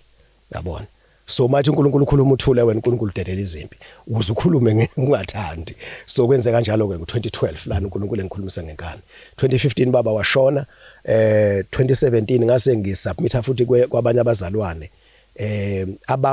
abangakambulelwa le yokuphuma kuma systems alelizwe ngathi ngizosubmita kubona ngiyayithanda into yokuseva kakhulu ngiyayithanda into yokuholwa into yokuphatha ngiyayithanda so ngiyosubmita kubona nangenhloso yokufunda kuba uNkulunkulu yabasebenzela abazalwane kakhulu senze uNkulunkulu mkhulu and into eyithanda khona uphethe lento uNkulunkulu ayibeke kimi ye-kingdom i-kingdom yini yes akhona ama ministries akhona amabandla ahlukene kodwa khona lapho esihlangana khona sabazalwane singajajani ukuthi uvela kulephi ihlelo sizokhonza uNkulunkulu lana and ama leaders ama vision carriers alomsebenzi into engithanda ngabo basebenzisa inceke bona abasifaki isikhathi esiningi so bafaka inceke ohlelweni khonzo kushunyayelo ngathi I love that nansi picture yokuthi uyini umbuso kaNkulunkulu ngasithi ke kuningi engizokufunda ngisho ngasafundiswa ongayibona kodwa nje ngikule atmosphere kuningi engizokufunda because ngiyafuna ukukhula and ngiyafuna ukuthi mangikhuluma into ngikhulume nginesiqiniseko sokuthi bakhona nabanye abayikhulumayo so ke 2017 ngangena ke lapho ke izimpi seziningi ke ngenxa loluhambo lokuthi sengidele konke right 2019 ke uNkulunkulu wenza umusa ke ngaye uleader wale organization uNkulunkulu wakhuluma kuye evisite iproperty le esaxoshwe esahamba sayishiye eWashbank so khona izatha isiyele khona the moment nje nyathela amagcekeni uNkulunkulu akhuluma kuye ukuthi usibiye udinga imali ngokuphuthuma ngaleso sikhathi angikho mina ngihambisa le message uthi uNkulunkulu asihlambulule emabandleni ahlukene nalo sikhathi ngisepitoli komunye umzalwane kwangena ucingo uNkulunkulu uthi angitshela uthe udinga imali angishongo lutho alixoxa ngodaba lwami vele khona isimo esasi critical kakhulu so sidinga imali ngokuphuthuma 2019 sayithola lo mali ukuthi ngikwazi ukuthi ngizokwakha le ndawo ke and le ndawo mangizokuyakha kufuneka ngithembeke ngoba iwolo leli laseWashbank kumele ngithole imali ngalo dayiswe leyo mali iwolo ngangilinikele imbusweni kaNkulunkulu ukuthi elombuso kaNkulunkulu so ke angikwazi imali ukuthi mase ngiyithola sekudayisa iwolo ngenxa ukuthi sesihlakazele singabazalwane bese ngifaka esizweni nomndeni wami kufuneka ngakhe indawo okuzoba ngekaNkulunkulu ukuze nalaba akade beyingxenye kulela wolo lingakadayiswa kodwa asebe kwezinye indawo ngelinye ilanga uma befika la ekhala abafundi bazi ukuthi indawo kaNkulunkulu baba nesandla ukupreserve ukuthi lela wolo balake la vandalize babuye balilungisa mina ngilidayisa nje vele sesimene sihle so kunomsebenzi omuhle uNkulunkulu awenzile ngabo so angikwazi ukidla le mali ngithi ngayenjoya vele nezinto singidele konke ngisathanda ilutho ngakha le ndawo ke baba then mangenduneni nasenkosini yale ndawo ngasho ukuthi le ndawo indawo kaNkulunkulu kuzovela abantu bevele endaweni ezahlukene emagumbini onke amanye omhlaba beze lana uNkulunkulu uzobenza umsebenzi wakhe akusikhona kwasibiye ngoba kubhalwe ephepheni kodwa indawo kaNkulunkulu ngicela ukureporta kubaphathi ukuthi kuzoza abantu kuzoba busy ngisho ngo20 bani 2019 ngayakha kanjalo ke le ndawo ke so ke ngathandaza Nkosi ngizoyibiza kuthiwa yini ngoba angisekho emagameni amasonto yabona umbuso kaNkulunkulu awuregister komunye umbuso so angikwazi futhi ukuba negama ngoba uJesu alikho igama athi ibandla lakhe libizwa leli gama thina siwumzimba kaKristu siyibandla sikuye uKristu simunye noKristu so siwumbuso mathi uNkulunkulu nombuso yithi umbuso wakhe so ke kumele manje le ndawo iveze lokho uNkulunkulu asengineze igama ukuthi ke ikhaya labafundi bakaJesu Kristu siliqamba ngokuthi indawo la sizohlala khona sibe ifamily kodwa sifunda ngoJesu Kristu silungiselela ukuthi uNkulunkulu uyilona lo azayithola ukuthi ubani bese uNkulunkulu uyomsebenza lapho uyomsebenza khona 2019 kanjalo ke bebelokhu befika nje qwa abazalwane kwafika iCovid angithi emva kweCovid bafika bathi qwa then mina angimile ngaqhubeka ngihambisa umyalezo endaweni zonke la uNkulunkulu engiholela khona nonkosikazi isikhathi singihamba nonkosikazi so up until ke 2024 ngihlangane neQuarter 2 Media ke then ke abaningi basebengibona eQuarter 2 Media then ke nawe ngazama ukuthinta iChris Network so ke kwashuthi ke akuhlele ngaleso sikhathi but ngambonga uNkulunkulu ngoba wayazi ukuthi kuzoze kufike lesi sikhathi isikhathi sikaNkulunkulu is perfect so ngangifuna ukuthi nakhona ngiyolukhuza ngoba mina ngangabi na ichannel futhi bengenayo into ngoba uNkulunkulu uthe njengebandla sihlambulule into esingcolisa ama social network i-social media so njengoba sisebenzisa i-social media nje la ekhaya angisebenzisi ngoba ngithanda mina ngisebenzisa nje ukuthi umfula kunofish ufuna kodwa ini so uma ngabe abantu bonke begcwele eshibhini ngenze sibonelo ufuna kuyoshumela uJesu khona veza uthando kaNkulunkulu khona so ufuna kube khona hayi ukuthi uyokwenza into abayenzayo kodwa uyobathi akula so ke i-social media sisebenzisa ngenxa leso sizathu so ke ngo20 bani 2024 then ke ngazama ukuthi ngivulekile ukhuzana ke iTheocras Networking Embassy YouTube channel uze ngikwazi ke manje kuba la ngihamba khona ngemessage ngiyarejectwa kakhulu uze ngikwazi ukuthi ngidlulise umyalezo yonke into uNkulunkulu ayikhulumile ngikwazi ukuyikhuluma yonke into uNkulunkulu ayambulile ngikwazi ukuyikhuluma kube neplatform la ngikhuluma khona so ngithulile yonke into nje so ke ngihlala nje ngedwa ngibeke ifoni lapha kwami naye ngeke ezingeni as long nje kurekhodekile ngikhuluma yes so ke ngaba right ke ake siqonde leyo ukuthi ufuna ukuphuma kwisystem iziphi lezi zinto ekwenza ukuthi ufuna ukuphuma kwisystem and ithini ngempela isystem yakho because kuyavela ukuthi ingane aziye esikoleni omunye umuntu obhekele evithi uzothi manje ayilo baba lo uthi ingane ayingayi esikoleni abantu abangaphuza amaphilisi abantu abangabayeka imisebenzi maybe can you break it down indaba ye-system why ufuna ukuphuma kwi-system ka-government nobe ne-system yakho angiqale ngilungisela kancane mhlawumbe ukuthi lo baba uthi abantu abangasebenzi abangadla amaphilisi lo baba akasho kanjalo lo baba uthi uJesu Kristu sikhiphile ezweni asisebona abantu thina abezwe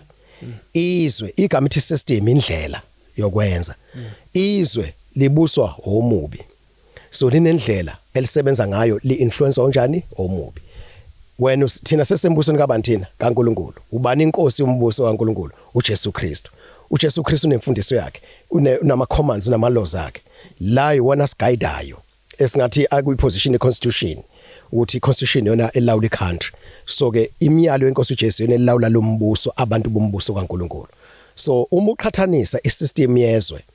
nesystem embuso kaNkulunkulu akuhambisani iDepartment of Health embusweni kaNkulunkulu sisebenza ngegama lika Jesu Kristu nangezwi likaNkulunkulu nangegazi lika Jesu nangokukholwa faith sekuphelele umuntu uyaphila gelekeqe kanti ngapha kufanele kuhlolwe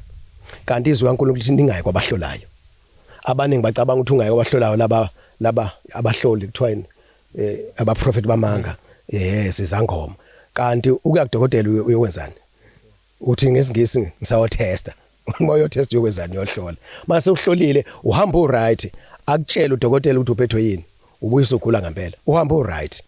so bakufaka nefee futhi so akukho ngaphansi kombuso kaNkulunkulu kwasezweni so mawusindiswa ukhishwe embusweni wobumnyama yini ubumnyama na ukungabi nalulwazi ngoNkulunkulu ophilayo ngoJesu Kristu inkosi yafa yavuka uJesu Kristu ukukhanya uma ungenalo izwi kaNkuluNkulu nemithetho kaNkuluNkulu uhambe bomnyameni so ke nkathi usindiswa usungena ekhanyeni ekhanyeni asisebenzisi lezi zinto ungabi nethemba ungabi nabanye uNkulunkulu so njengoba ngeke ngamention indaba yeemblem nje kwi Department of Health right usho ithemba lakho uthemba bani wena udokotela uma wena udokotela abantu bakhuluma ngawe bakhuluma ngoJesu ophilayo thi ungisizile uDr Nene hey uma ufuna ukusizala inkinga ethile ohamba kuDr Nene so wena uthola udumo not uJesu Kristu so indlela lapha ngayo wena ulapha ngezinto eziphathekayo kanti thina abalungileyo bahamba ngokukholwa embusweni kaNkuluNkulu so kuyashayisana nje baba ngisho nomuntu ongakholwa nje yakwazi ukuthi kuyashayisana nje amakholwa nendlela okufanele aphile ngayo then uma sikhuluma ngodokotela nangebhedlela obana basenzayo khona ama professionals bakuthola lapho lolwazi lolo sesibuyile esikoleni angithi kusho ukuthi umuntu uma eprepare esikoleni uprepare ukuthenza umsebenzi ongawona ontando kaNkuluNkulu so ke isystem lelo sibiza ukuthi yizwe ingakho ke uJesu uthi ke anisibona bezwe baba kodwa abagcine bekulo ngicela ukulicacisa lelo verse lelo uma kuthiwa sibona bezwe asibona abendlela yesystem nemithetho abantu abayishayele bona yokuphila nemiso zokuphila kwabo ngentando yabo bemkhiphile uNkulunkulu empilweni zabo isystem leyo asibona baleyo system thi kodwa uthi uJesu bagcine bekulo izwe bagcine besemhlabeni not ukuthi sibe ingxenye yokwenza izinto uNkulunkulu engamthozi sisemhlabeni right uJohn chapter 3 verse 17 uthi ngokuba uNkulunkulu walithanda izwe iliphi lezi uNkulunkulu alithandile kanti u1 John chapter 2 verse 15 uthi ningalithanda izwe silike sekune contradiction manje ngokuba uNkulunkulu walithanda izwe ngapha ningalithanda izwe yabona manje senginama definitions awu2 amazwe ilelizwe ke uthi uNkulunkulu walithanda izwe abantu abanendlela zabo zokuphila wabathanda uNkulunkulu ukuthi basindiswe mase besindisiwe sekufanele ukuthi manje bangabe besayithanda indlela yabo endala kade beyiphila bangalithanda izwe bangayithanda indlela yokuphila endala do not love the world uyawuzwa umehluko baba so lo baba kasho ukuthi abantu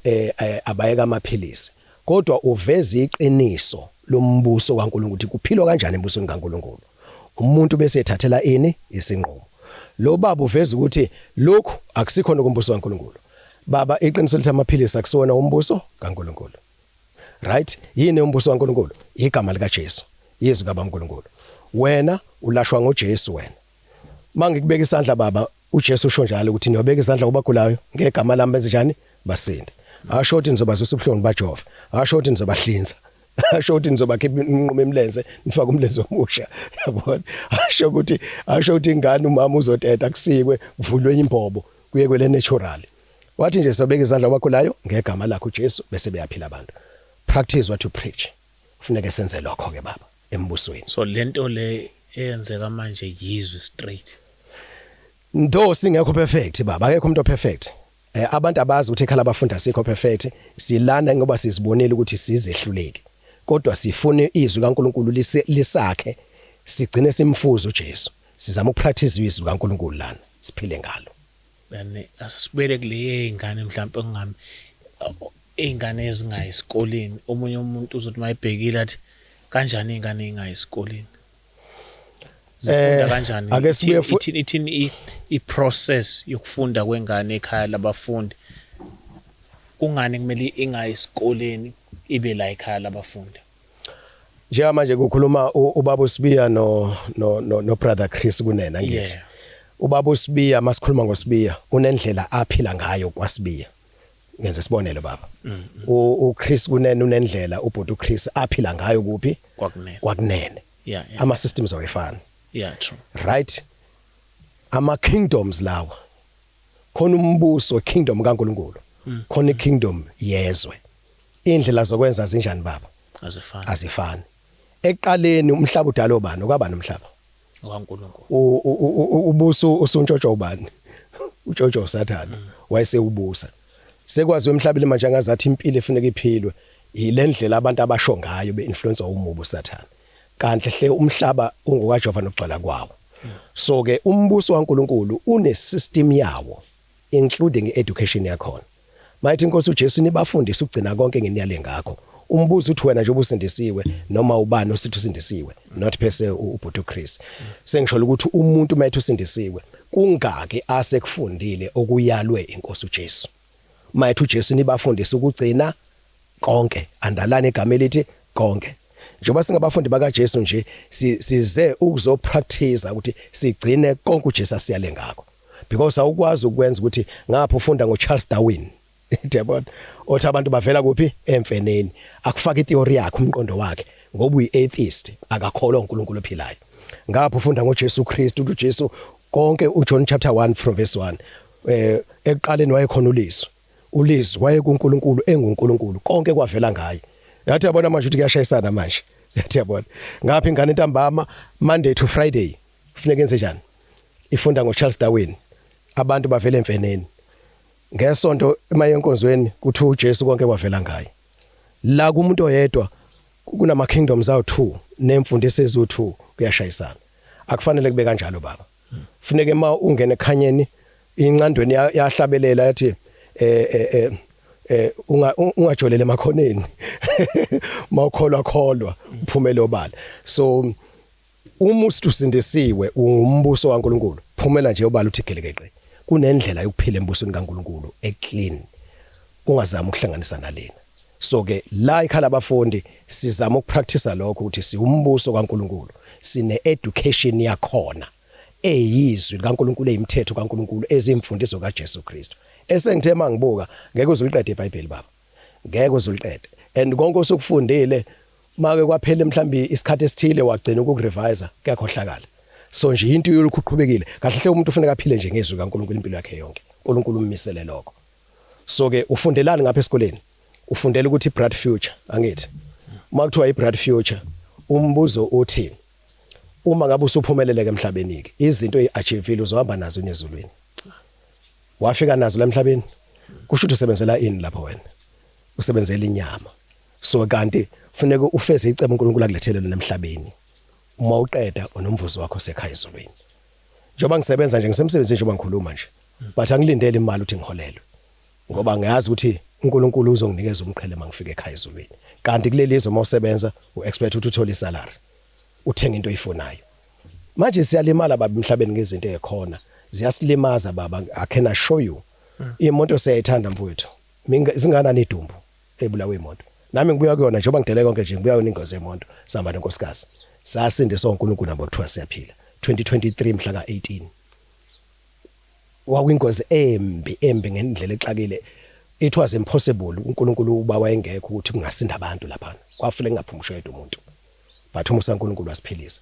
Njengoba sithi siphumile ebhedlela, kwesikhathi uyatestwa. Kwabeza ukuthi sesilimele sinjalo singayi esibhedlela singadli iphilisi, singathathi imjovo. Sithandaze egameni kaJesu. 2023 nakho uyasibona siyaphila namhlanje. Abantu ngoba le ndawo iphakathi kwasemakhaya bayabuka bathi mhlambe ingane zabo ifuna ukuza la, zin affect kanjani lezi zinto zokuthi hey ningayi lapha ku mhlambe impilo yalaphana ba out of system yethu? Alikho igama esingabizwa ngale libi. Ukufunda imiyalo nemfundiso zenkosi uJesu kusizile ukuba nolwazi ukuthi izinto ekanje zizofika uma nilandela mina, khona izinto ezonehlela. So njengoba silakha abafundi nje si practice imfundiso kaJesu, siyafunda on daily basis. Mase kwehle bese kuqhamuka izinto ama challenges, nayo lento uJesu inkosi ayishoyo. Uthe uJesu bazonizonda banibiza konke amagama. Njengoba sibiza nangecult nje kwi-social media. So konke lokhu uJesu uthe asijabule sithokoze uma bekwenza bad name calling. Akezama ukuklina lento ecult sithi why wena ungathi ansi cult mhlambe? Uyayazi mina ngecult. Igama icult isho ukuthini? A group of some sort. I group of some sort people abavumelana ngenkolo ethile yodwa. Yabona? I positive connotation, positive meaning. Ukuthi abantu abavumelana ngani ngenkolo eyodwa. Lana sivumelana ngombuso kaNkulunkulu, sivumelana ngegama lenkosi uJesu, sivumelana ngamandla egameni likaJesu, sivumelana ngamandla ukuthi uRomans chapter 1 verse 16 anginamahloni ngevangeli lombuso kaNkulunkulu, ivangeli kaJesu Kristu, ngokuba lona phese lingamandla. Amandla kabani? kaNkulunkulu. Ukuthi noma ngigula liyangiphilisa. uma ngabe ngidinga ukudla liyangondla. Ayikho into engidinga empilweni uma ngiphethe ivangeli likaNkulunkulu ophilayo. So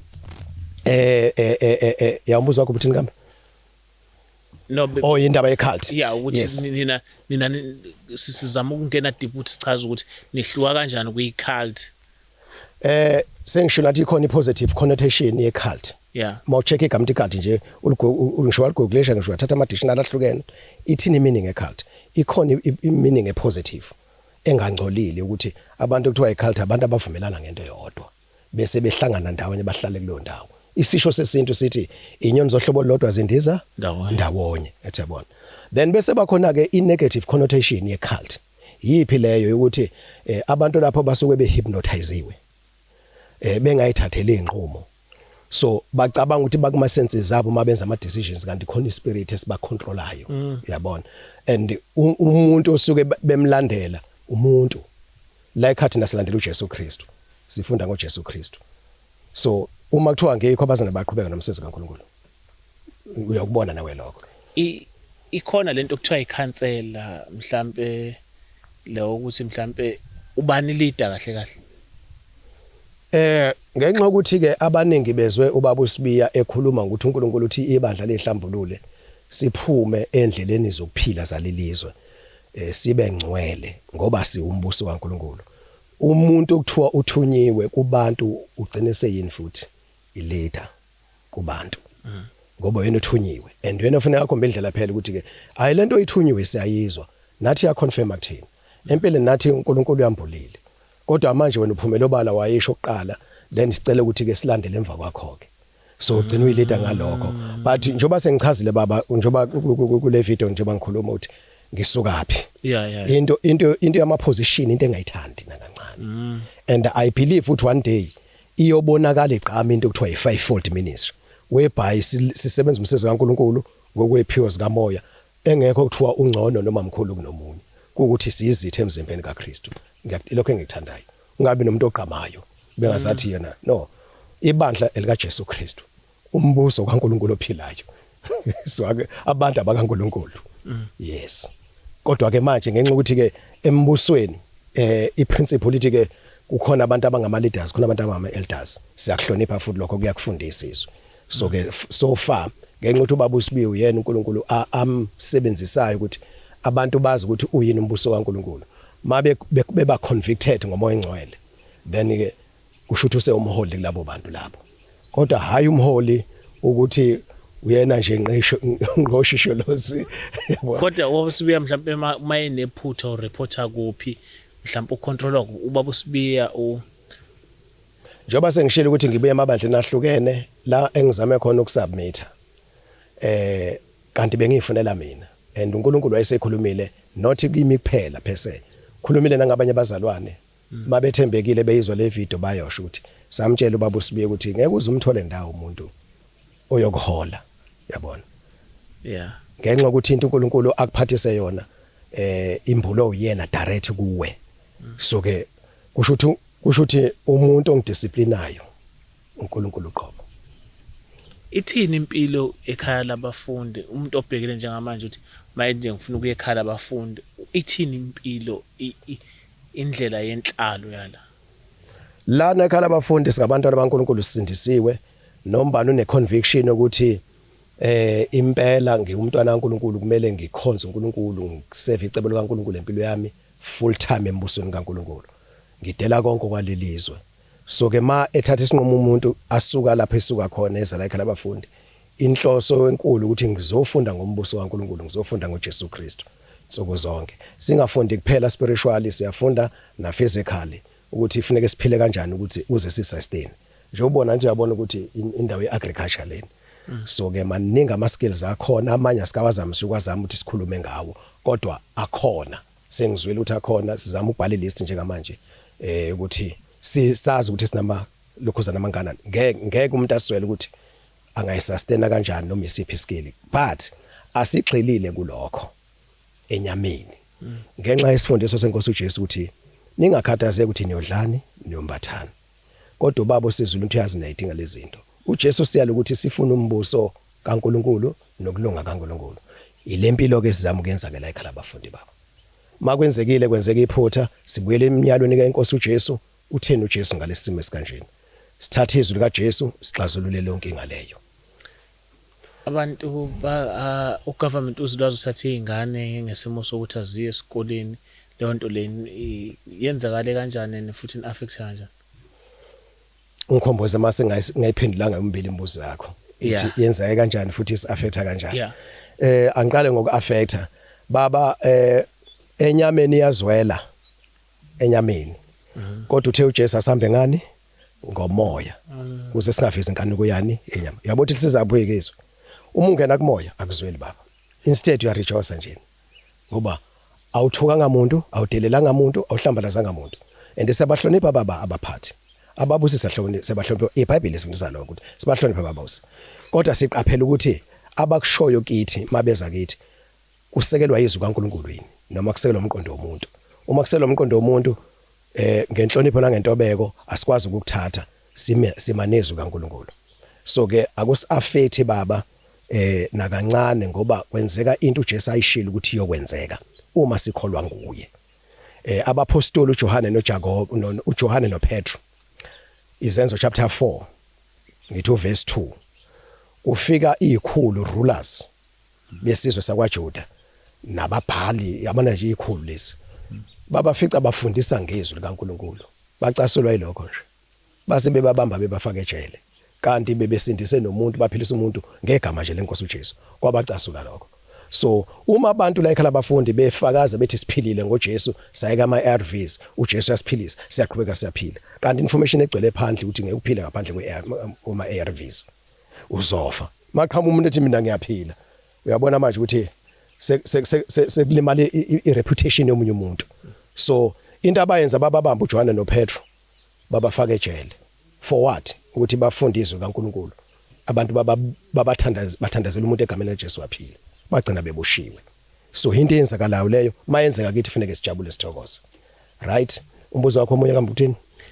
yaqhamuka kanjani ngicabanga ukuthi no asasuye asiye kulo uthi iziphi izinto ezenziwe ezweni kahle kahle nithi awona lezi azizenza imfundo yalelizwe baba ngenxa uNkulunkulu into asesambulele yona ukuthi siwumbuso kaNkulunkulu sinendlela yokufunda embusweni kaNkulunkulu iBhayibheli sifundisa ukuthi uNkulunkulu uzobhubhisa amazulu nomhlaba kuzophela konke mafunda u2 Peter chapter 3 ufunde from verse 1 nje ubona nje yonke iprosperity yasemhlabeni bonke isplendor kubekwela umlilo kuzoshaya kungqongqe akuyona lo ncwadi kuphela isambulo esikhuluma ngama natural disasters mhlawumbe ngasesegama elipheceleza ukuthi ama catastrophes inhlekelele enkulu engavimbeki njengoba aqalile khona utsunami sazozama umhlaba kuamabhilidi amanzi asazophenduka igazi kuzofa abantu kubhaliwe we believe that ukuthi izokwenzeka lonto now ubalekela kanjani lonto ukuthi ukholwe inkosi uJesu uma ukholwe inkosi uJesu funda ngaUJesu wenza intando kaJesu then you'll be safe so ngenxa lokho ke baba ischool education asikho embusweni kaNkulunkulu asinayo imfundo yasezweni igama lithi ngesingisi secular education angithi angithi nejwayelelo language le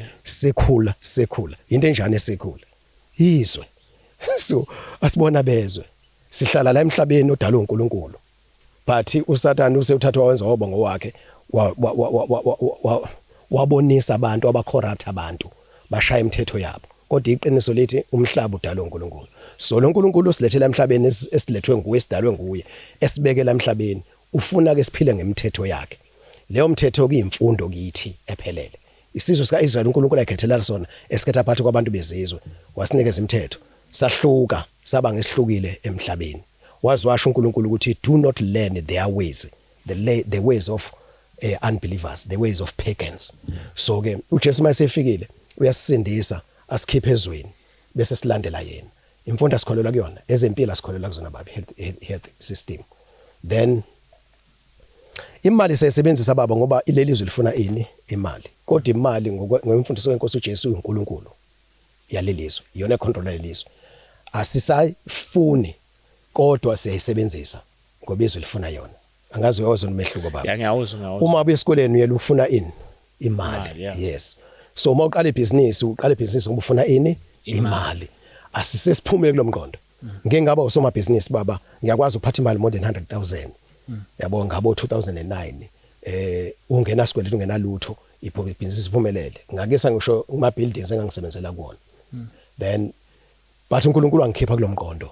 uFirst Timothy chapter 6 verse 9 and 10 ukuthi ngenxa yokuyifuna abantu imali balahlekelwa badukele ukukholwa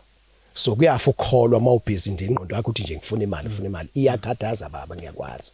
but la imali siyayidinga ukuze sikwazi ukuyisebenzisa so ke siphumile kwi monetary system siphumile kuma celebrations including o birthday o Christmas o Easter o Mother's Day yonke into celebrate siphumile kuyona baba siphumile kwinjabulo nentokozo yalelizwe ukuthuka ijabulisa njengoba singiphumile ko sports angisasupport iChiefs angisasupport iPirates angisasupport iSquad ngisikhonzi sombuso kaNkuluNkulu ufune ngibathande bonke abantu emhlabeni so angisena division ukuthi mina ngcono mina lami iqembu wathwathi siphumile kulezo zinto siphumile emaphilisini baba yes asathembe lutho nomsumdala impesheni awuyithatha angithi ke uma kufika leli ivangeli uvele impesheni uyithatha sengaba ukuthi ke umuntu ubungakayithathi asekho isidingo sokuthi uyithathe uma usuthole isambulo sombuso kaNkuluNkulu ma ukuthi umuthi ke ulokhuzile uyaqhubeka phela uyisebenzisa ngithi usomdala awentshontshile abele imali wentshontshile ngeke ngize ngikufihle lokho baba kwepublic ukuthi umdala kade uvela uhola uyaqhubeka futhi uyahola angithi igama lithi imali yabantu abanjani abadala ngishilo eqaleni ukuthi asixabani nezinto ezinhle uhulumeni azenzayo kodwa sixabana nalokho okuphambana nentando kaNkuluNkulu so ukuthi unakele abantu abadala into enhle kakhulu leyo baba akwenzeki mhlawumbe umuntu uthi ufuna ukuza la ekhaya labafundi then ifamily yakhe ixabane nawe because bebelievele ukuthi umntwana now uzophuma kwisystem uzoza kule system kuyenzeka baba kakhulu kuyenzeka kakhulu ukuthi kusole mina achaza umuntu ukuthi isinqumo ngithathele mina njengoba ubona nje na abantu abasebekhulile lapha bayichazela bona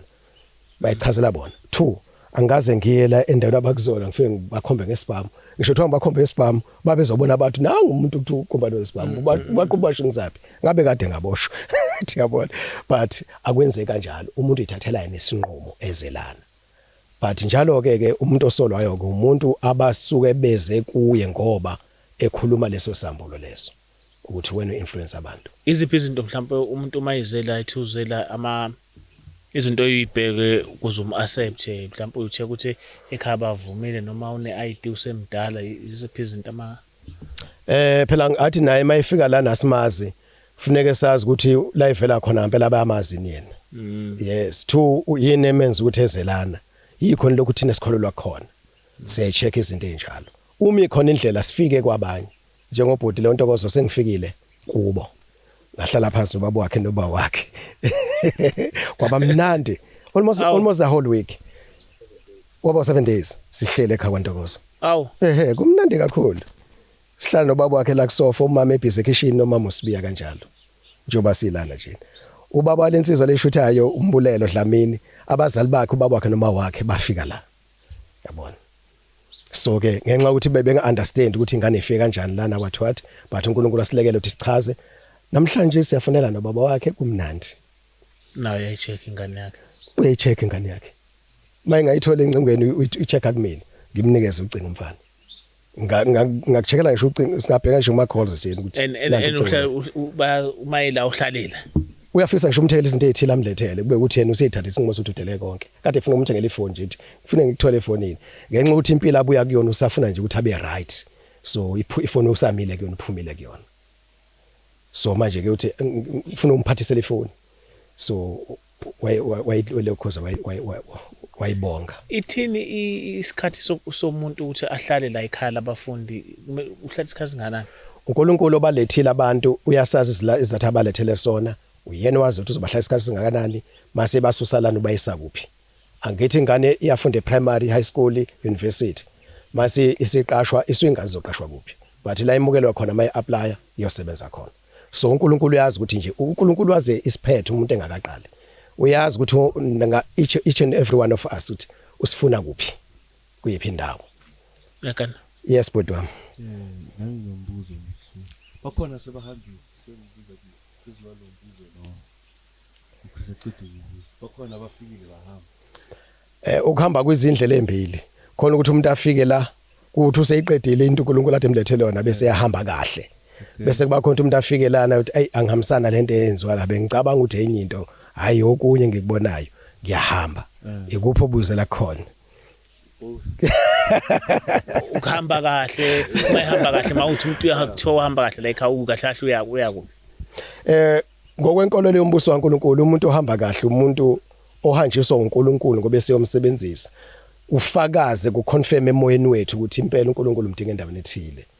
so uNkulunkulu semdinga endaweni ethile simkhulekise sibambisane naye so ke okwamanje bengakafiki leso stage because ngifuna ukwazi sisafunda because bengifuna ukwazi ukuthi naye kumele abe nomuzi kanje aphinda avule naye kube nekhala abafundi likhula kanjani ikhala abafundi kuzoya ukuthi uNkulunkulu umbekele ini umsebenzi wakhe njobe ezofunda lana kufuneka agcine embulele ukuthi nasi inkonzo iministry kulona isonto igama iministry kulona isonto iministry inkonzo yokuseve embusweni kaNkulunkulu njengokuthi umuntu nomuntu uyisithe emzimbeni kaKristu so kodwa ukuhamba kwabantu bethi hayi akusikho lokho ebengikufuna sekwenzekile baba ekhashana yes baba umbuzo enginawo uSpear is question about abantwana like njengoba government afikile wabathatha la do guys know ukuthi babayise kuphi are there any conditions ukuthi okay maybe abantwana singababuyisa bangenza kala 1 2 3 or bahambile yeah isenzo sikahulumeni sokuthatha abantwana ngendlela abathathe ngayo ngiwumuntu okade ebuka ama movie igama ungalinikeza lesi senzo igama lo kidnapper umuntu ekidnapiwe yini osukuyifuna ikidnapper isukuyifuna ini kumuntu iransom yiphi ransom uhulumeni ayifunayo ukuthi senze lokhu esithi thina uNkulunkulu sambulele khona ukuthi akukho right kithina yes yena uhulumeni mayekwenza ku right akunankingi ngikholelwa khona but kithina uNkulunkulu sembulele ukuthi akukho right siwumbuso singabantwana bakaNkulunkulu asikwazi ukulandela ama systems alelizwe so ke sisemhlabeni kodwa siphela ngendlela yasezulwini yemiyalo yenkosi yethu Jesu Kristu now iransom ke kuukuba uyiyeke udeny inkolo yakho nemithetho kaNkulunkulu wenze lokho uhulumeni akuthandayo so uma singavuma ukuthi ingane zethu soyise ekoleni soyise ebhedlela izohla amaphilisi zizokhuluma ngemali kufundiswa ngemali uNkulunkulu God of money then ke masingavuma lokho kuzoyibuyisa ingane umbuzo wabo ugcini lo singasho ukuthi ugcina from me yes system I understand indaba ye system yes I believe baningi abantu who are against the system ka government ukuthi nje yes baba abakasindiswe masingabe kanjani all right okay yeah, but I understand le ndaba ye system but my question yami ithi manje yes God doesn't want a system ka government don't you think ukuthi like for instance indaba yokufunda let's make an example indaba yokufunda kwabantwana yes the system is rigged is yabheda sibeka nje kanje system ka government but if isithatha abantwana sithi okay let us take him out from the system yasemhlabeni sifake kule kaNkulunkulu like don't you think ukuthi uNkulunkulu has indlela zokufundisa abantwana or eshazibe kanje without or okay singenza example nge health for instance yes baba we know what the pharmaceutical companies are better kanjani there are many things abazenza is better yes baba so ayikho indlela kaNkulunkulu yokulapha or yokusebenzisa abantu abasindisiwe to live together njengoba nihlala la in him abantu without using pills and like without seeing the system the government amapilisi nami for instance njengoba nitshalile kanje yes baba angiphuza imhlonyana mhlawumbe bakuphethe iflu into efana nalezo mfowethu izinto zalelizwe nedalo uNkulunkulu ngendlela osekungcole ngayo isambulo uNkulunkulu akunikeze sona sokuthi sekuvele kwangcola yonke imvelo yakhe uNkulunkulu usezosiza umuntu kuphela ozothemba yena gelekeqe. Ngifuna ukuthini baba? Ngifuna ukuthi kunehlahla lana zokuthiwa umdolofiya. Nasi nje lapha ezansi. Uyawazi umdolofiya? Principal. Konje wenzani babu? Unama fruit umdolofiya. Yabona, but u-rich kwezempilo kuma nutrients. Right, abanye bawusebenzisa ngendlela eningi. Lento yamakhambi ngiyakuza umbuzo wakho baba. Lento yamakhambi unnatural angithi ukuthi asiwasebenzisi yini. Right. Sikhuthaza ukuthi sikholwe sethembe igama lenkosi uJesu Kristu lona lodwa. Sengike ngabona baba kuleminyaka uNkulunkulu asengisize ngayo ngisindisiwe. Honestly umuntu uzothemba izinto ezingamakhambi ngibonile zingasebenzi. Khona abantu engingafakaza ngabo ukuthi honestly umzalwane esindisiwe asebenzise lezi zinto azisasebenzi. Nje uthi nje nakho sinolamula mawuphethe umkhuhlane uzosenzela wena imed lemon angithi naturally. But inhliziyo yakho maye yathi ngiyathemba ukuthi lento izongiphilisa idalwe uNkulunkulu sebhedile ke baba. Kodwa mawuzothi hayi ngiyiphuzela nje lokuzana ngithatha amahlamvu siyakwenza ke la ekhaya kuyinkathi itiye siliphuza la ekhaya bahlanisa amahlamvu abazalwane yabona izinto eznatural bese uyaphuza ukudla healthy asithembile khona. Yes, ngoba ukuthemba enye into kuyisinengiso kuNkulunkulu. Ukumisa enye into uthembele kuyona ukuthi iyakuphilisa. Lo mzimba wadalwa uNkulunkulu. Ngiyabona nanamafish so ukudla ikuphi ukudla nikuthenga ezitoro ikuphi ukudla nikudla ukuphuma emhlabathini la ekhaya. To be honest baba njengoba ade nidla nje breakfast le yanto yesesitolo ceba ngithi yonke lento desidle kuseni isitolo lesiya. Oh okay. Yes. Sisakusebenzisa isitolo angithi sikwi transition whereby siphuma kulento ade siyazi sijwayele singena kwentsha. Njengoba sitshale kanjena siyasi introduceana kancane izijwayele nesystem yethu angithi yabona itransformation. So ke siyakusebenzisa lokho sikutsalelana kodwa futhi siyakusebenzisa sikuthenga esitolo. Kodwa ngeke sisafana nomuntu ongathi makuthiwa nje ngenze isibonelo kufika iCovid noma kufika ipandemic ethile then etolo akusayiki. Thina makuthiwa sisebenzisa lokho ehlise sikujwayele kancane. Ngesifana nomuntu othi nje angikwazi inhlobo. Kuyabaxaka abantu abaningi. So the aim is to leave everything ka government. Ngoba sihlala kulomhlaba ngeke sisho ukuthi kungashiyeka konke kahulumeni nanku gesi siyawusebenzisa baba. Kufanele ngibe honest. Yeah. Amanzi siyawasebenzisa, ama toilet kahulumeni siyawasebenzisa. Buyela igameni lokuthi kukhona okuhle uhulumeni akwenzayo singakufihli lokho. Ngoba phela abantu abadala uNkulunkulu bahola abantu bakaNkulunkulu. It's just that ikhona lokho okulethwa umubi unaware ngenhloso yokudestroy abantu bakaNkulunkulu. So ke lokho uNkulunkulu yasambulela uthi lokho akufuneki bese singayimbandakanyi thina nakho. Vote lezinto zokuthi uvotele ANC AFF. Right, singama ambassadors asezulwini. Mhlawumbe umuntu angamba ucheck igama ithi ambassador lisho ukuthini. Uma ngabe kuvotwa eUSA iambassador la eSouth Africa wenze njani? Uvotela kuphi? Mabe kuvotwa eSouth Africa elana iambassador eUSA ela eSouth Africa uyavota? Akavoti. Angithi simbuzo baba. So government thina by ourselves. Okay, baba sibe umuntu mayeshiye ekhaya wazohlala la ekhaya bengavumi then God forbid bese kwenzeke yashona lo muntu loyo. Mhlawumbe akaze kwenzeke mhlawumbe but iprocess yalapha ingayenzeka kanjani? Ngiyalithanda igama olishilo uthi God forbid. Yeah. Yeah, no, God forbid. I'm trying to open up about iyodwa case esiyenzekile whereby umama efika nengane yakhe eyaqala ukudla amaphilisi angixolele makuthi uyayizwa le video kodwa isithombe mangikhumbula kahle yayisencane kakhulu mhlambe engahlanisa ushunyaka angixolele impela ngiyaxolisa kakhulu kodwa ibisina 12 years 4 years ine diabetic idla imedication yani kashukela ibisijova bingasadli nje amaphilisi kodwa ibisijova and ngestory sasizwayo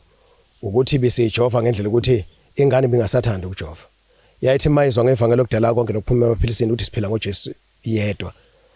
yayithanda lengane impilo ena 12 years yayithanda yafaka ipressure ngiya remember uma wayo engifonela mhlambe ngithi kwangabo June last year yes engifonela ngabo June last year Right, ngithi wazwafika nini sengikhohle intambela entenzekile inkosi yami ngoDecember ngoSeptember right mase xoxa umama wengane uyasho ukuthi ubelokhe resist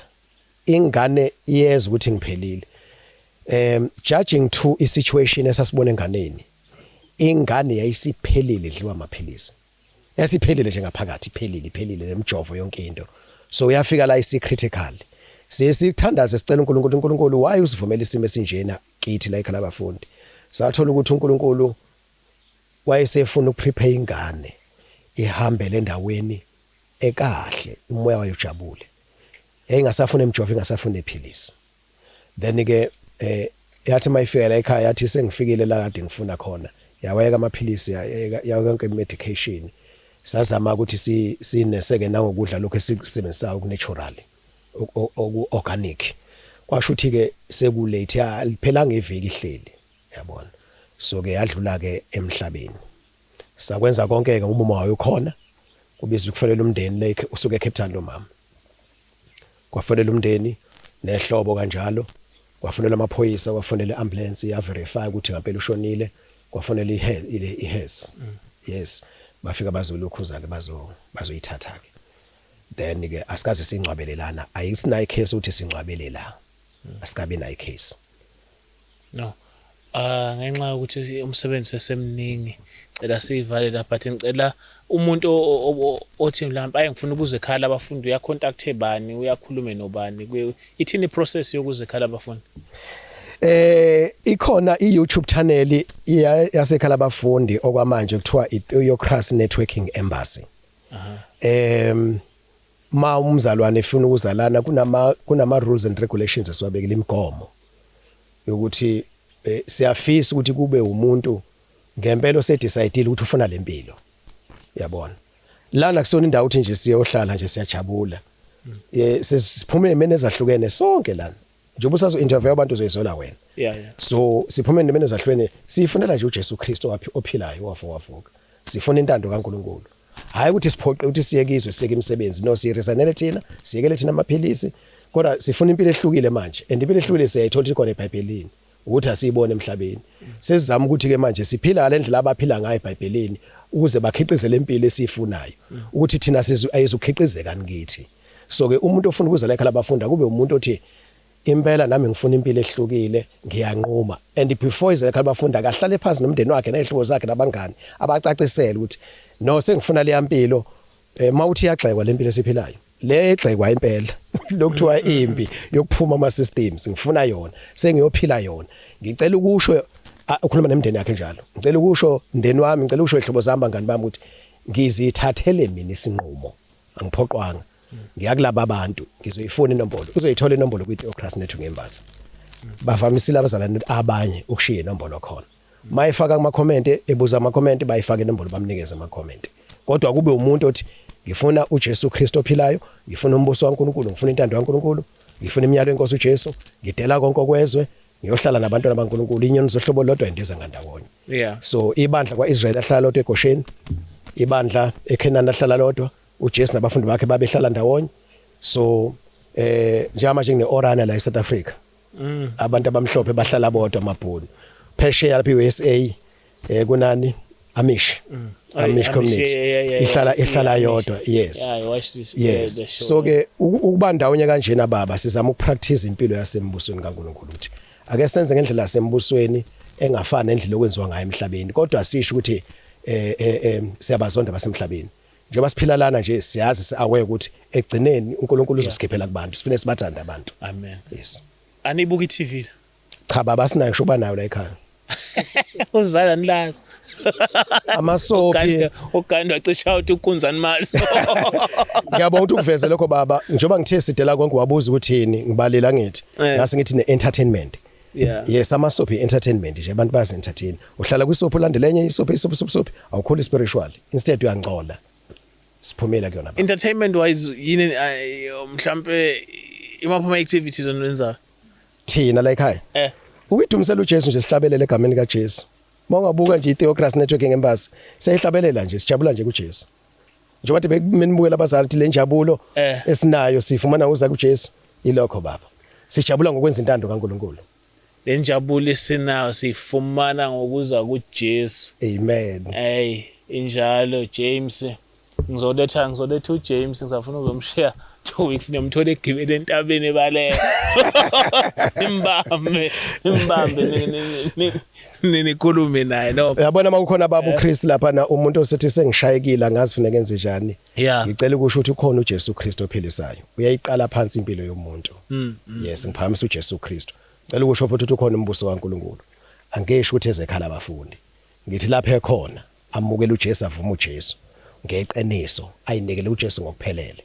bese ethi inkosi sengowakhe embusweni wakho ngicela ukufeza intando yakho then uNkulunkulu ke uzobe semqondisa emgayida ukuthi kufuneka enze njani ke siyabonga my biggest takeaway from yonke le ndawo usho something ukuthi you are just practicing what you preach yes baba I think for me that's we are trying yes we are trying to practice what we are preaching yes don't complicate it I know don't complicate it I know kodwa sikabikho perfect baba yes but practice into preacher yeah I think the honesty I'm to confess yes confess baba buthukile ngithi kuChris lonto vele indabeni nisisa kuphi ngiyabachana ukuthi uphethe mina uyakhululeka masabi mina la baba honest very themasingena la ngibatshelile ukuthi hayi ayikho culture so thank you so much my brother thank you so much I mean kuyacacile ukuthi phela lo mphakathi noma labantu bamaculture ba-isolated kufanelekile kuyathusa nje thank you so much my brother thank you so much baba thank you so much nanokuthi masifika abantu sibone ukuthi bajabulile yabona kwi-cult bek-expect ukuthi abantu uzobabona behamba kanje abantu bengafuni kune ehamba la wena ubuyelela so nalokho because I was worried ukuthi sofica kusami ingane zabantu si-worried laphana ihlele elangeni zisaba ukusibheka so no there's a lot of work we have to do so thank you so much Babs. We really appreciate your time and this opportunity is really amazing. Thank you so much. James, how we are or what? We are. Yeah, we are. Siyabonga baba. Yeah,